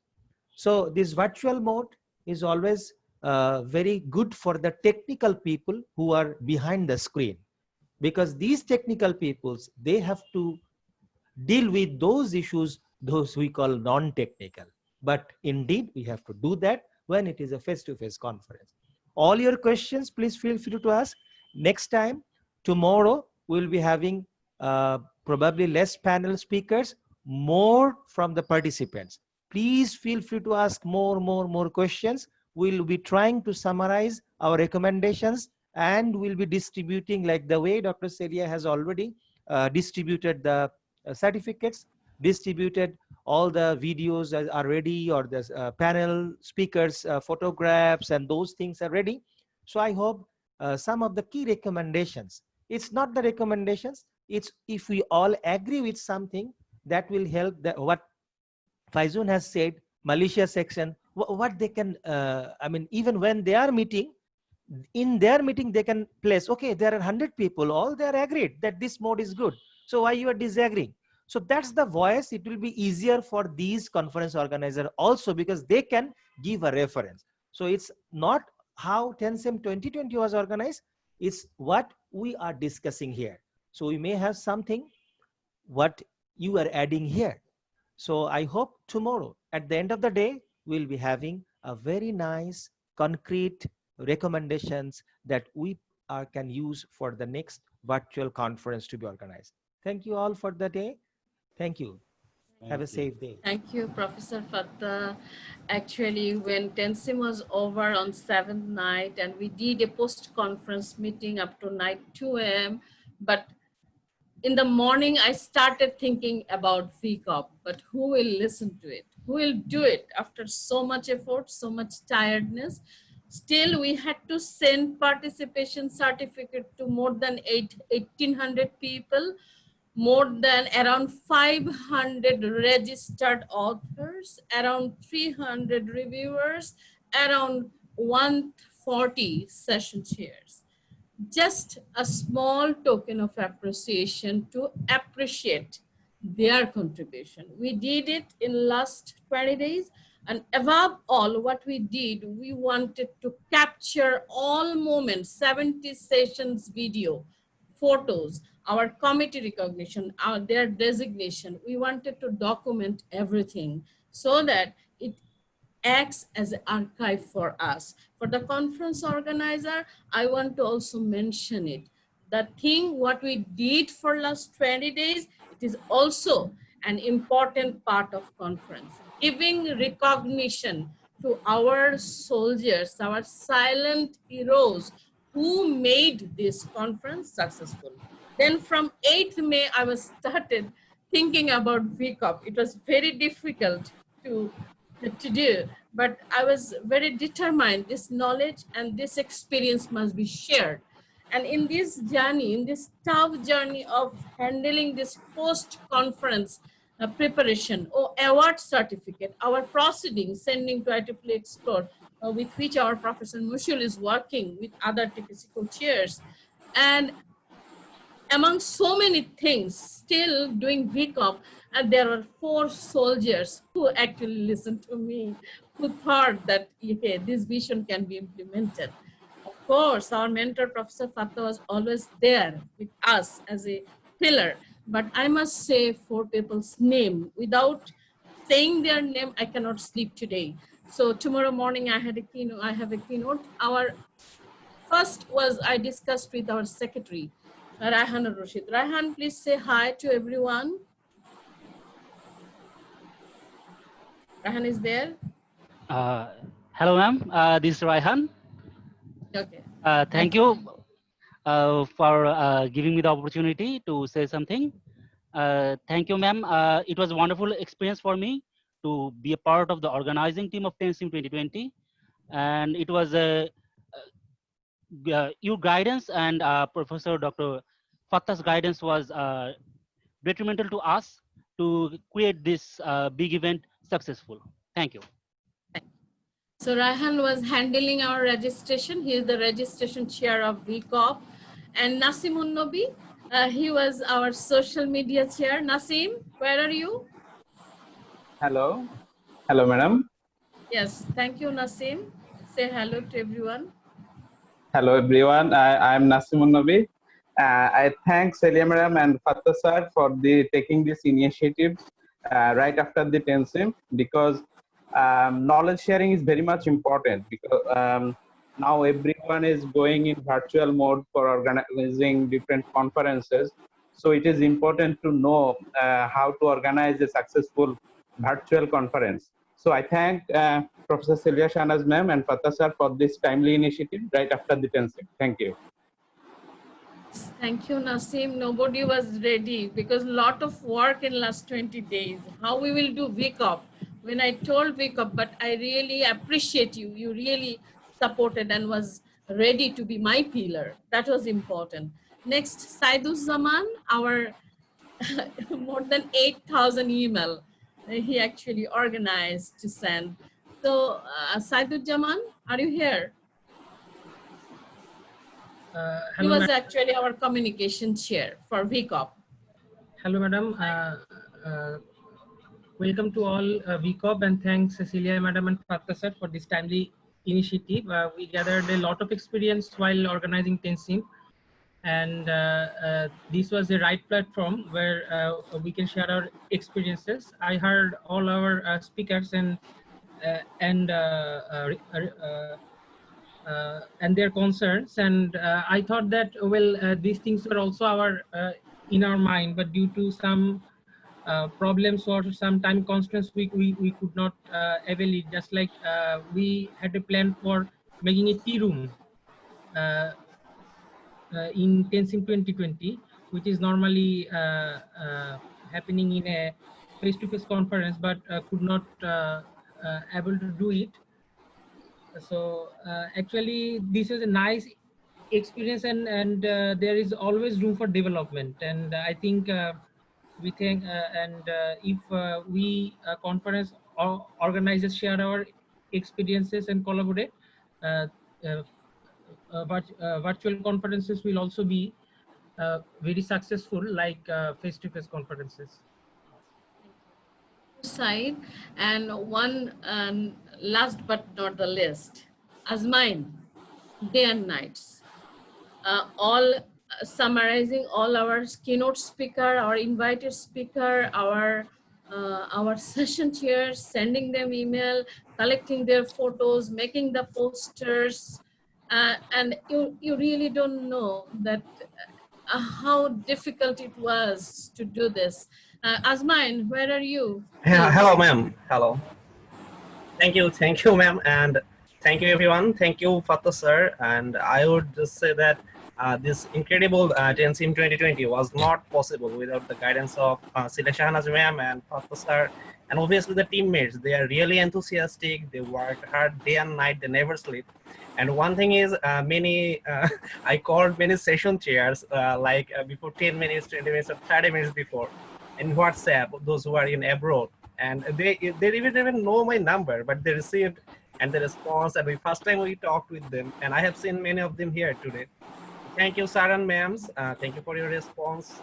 And yeah, it was really a great experience. And I think this experience will lead us to, in future, all those virtual conferences or the hybrid conferences in Bangladesh, because maybe within 1 year, we are not going to able any face-to-face conference.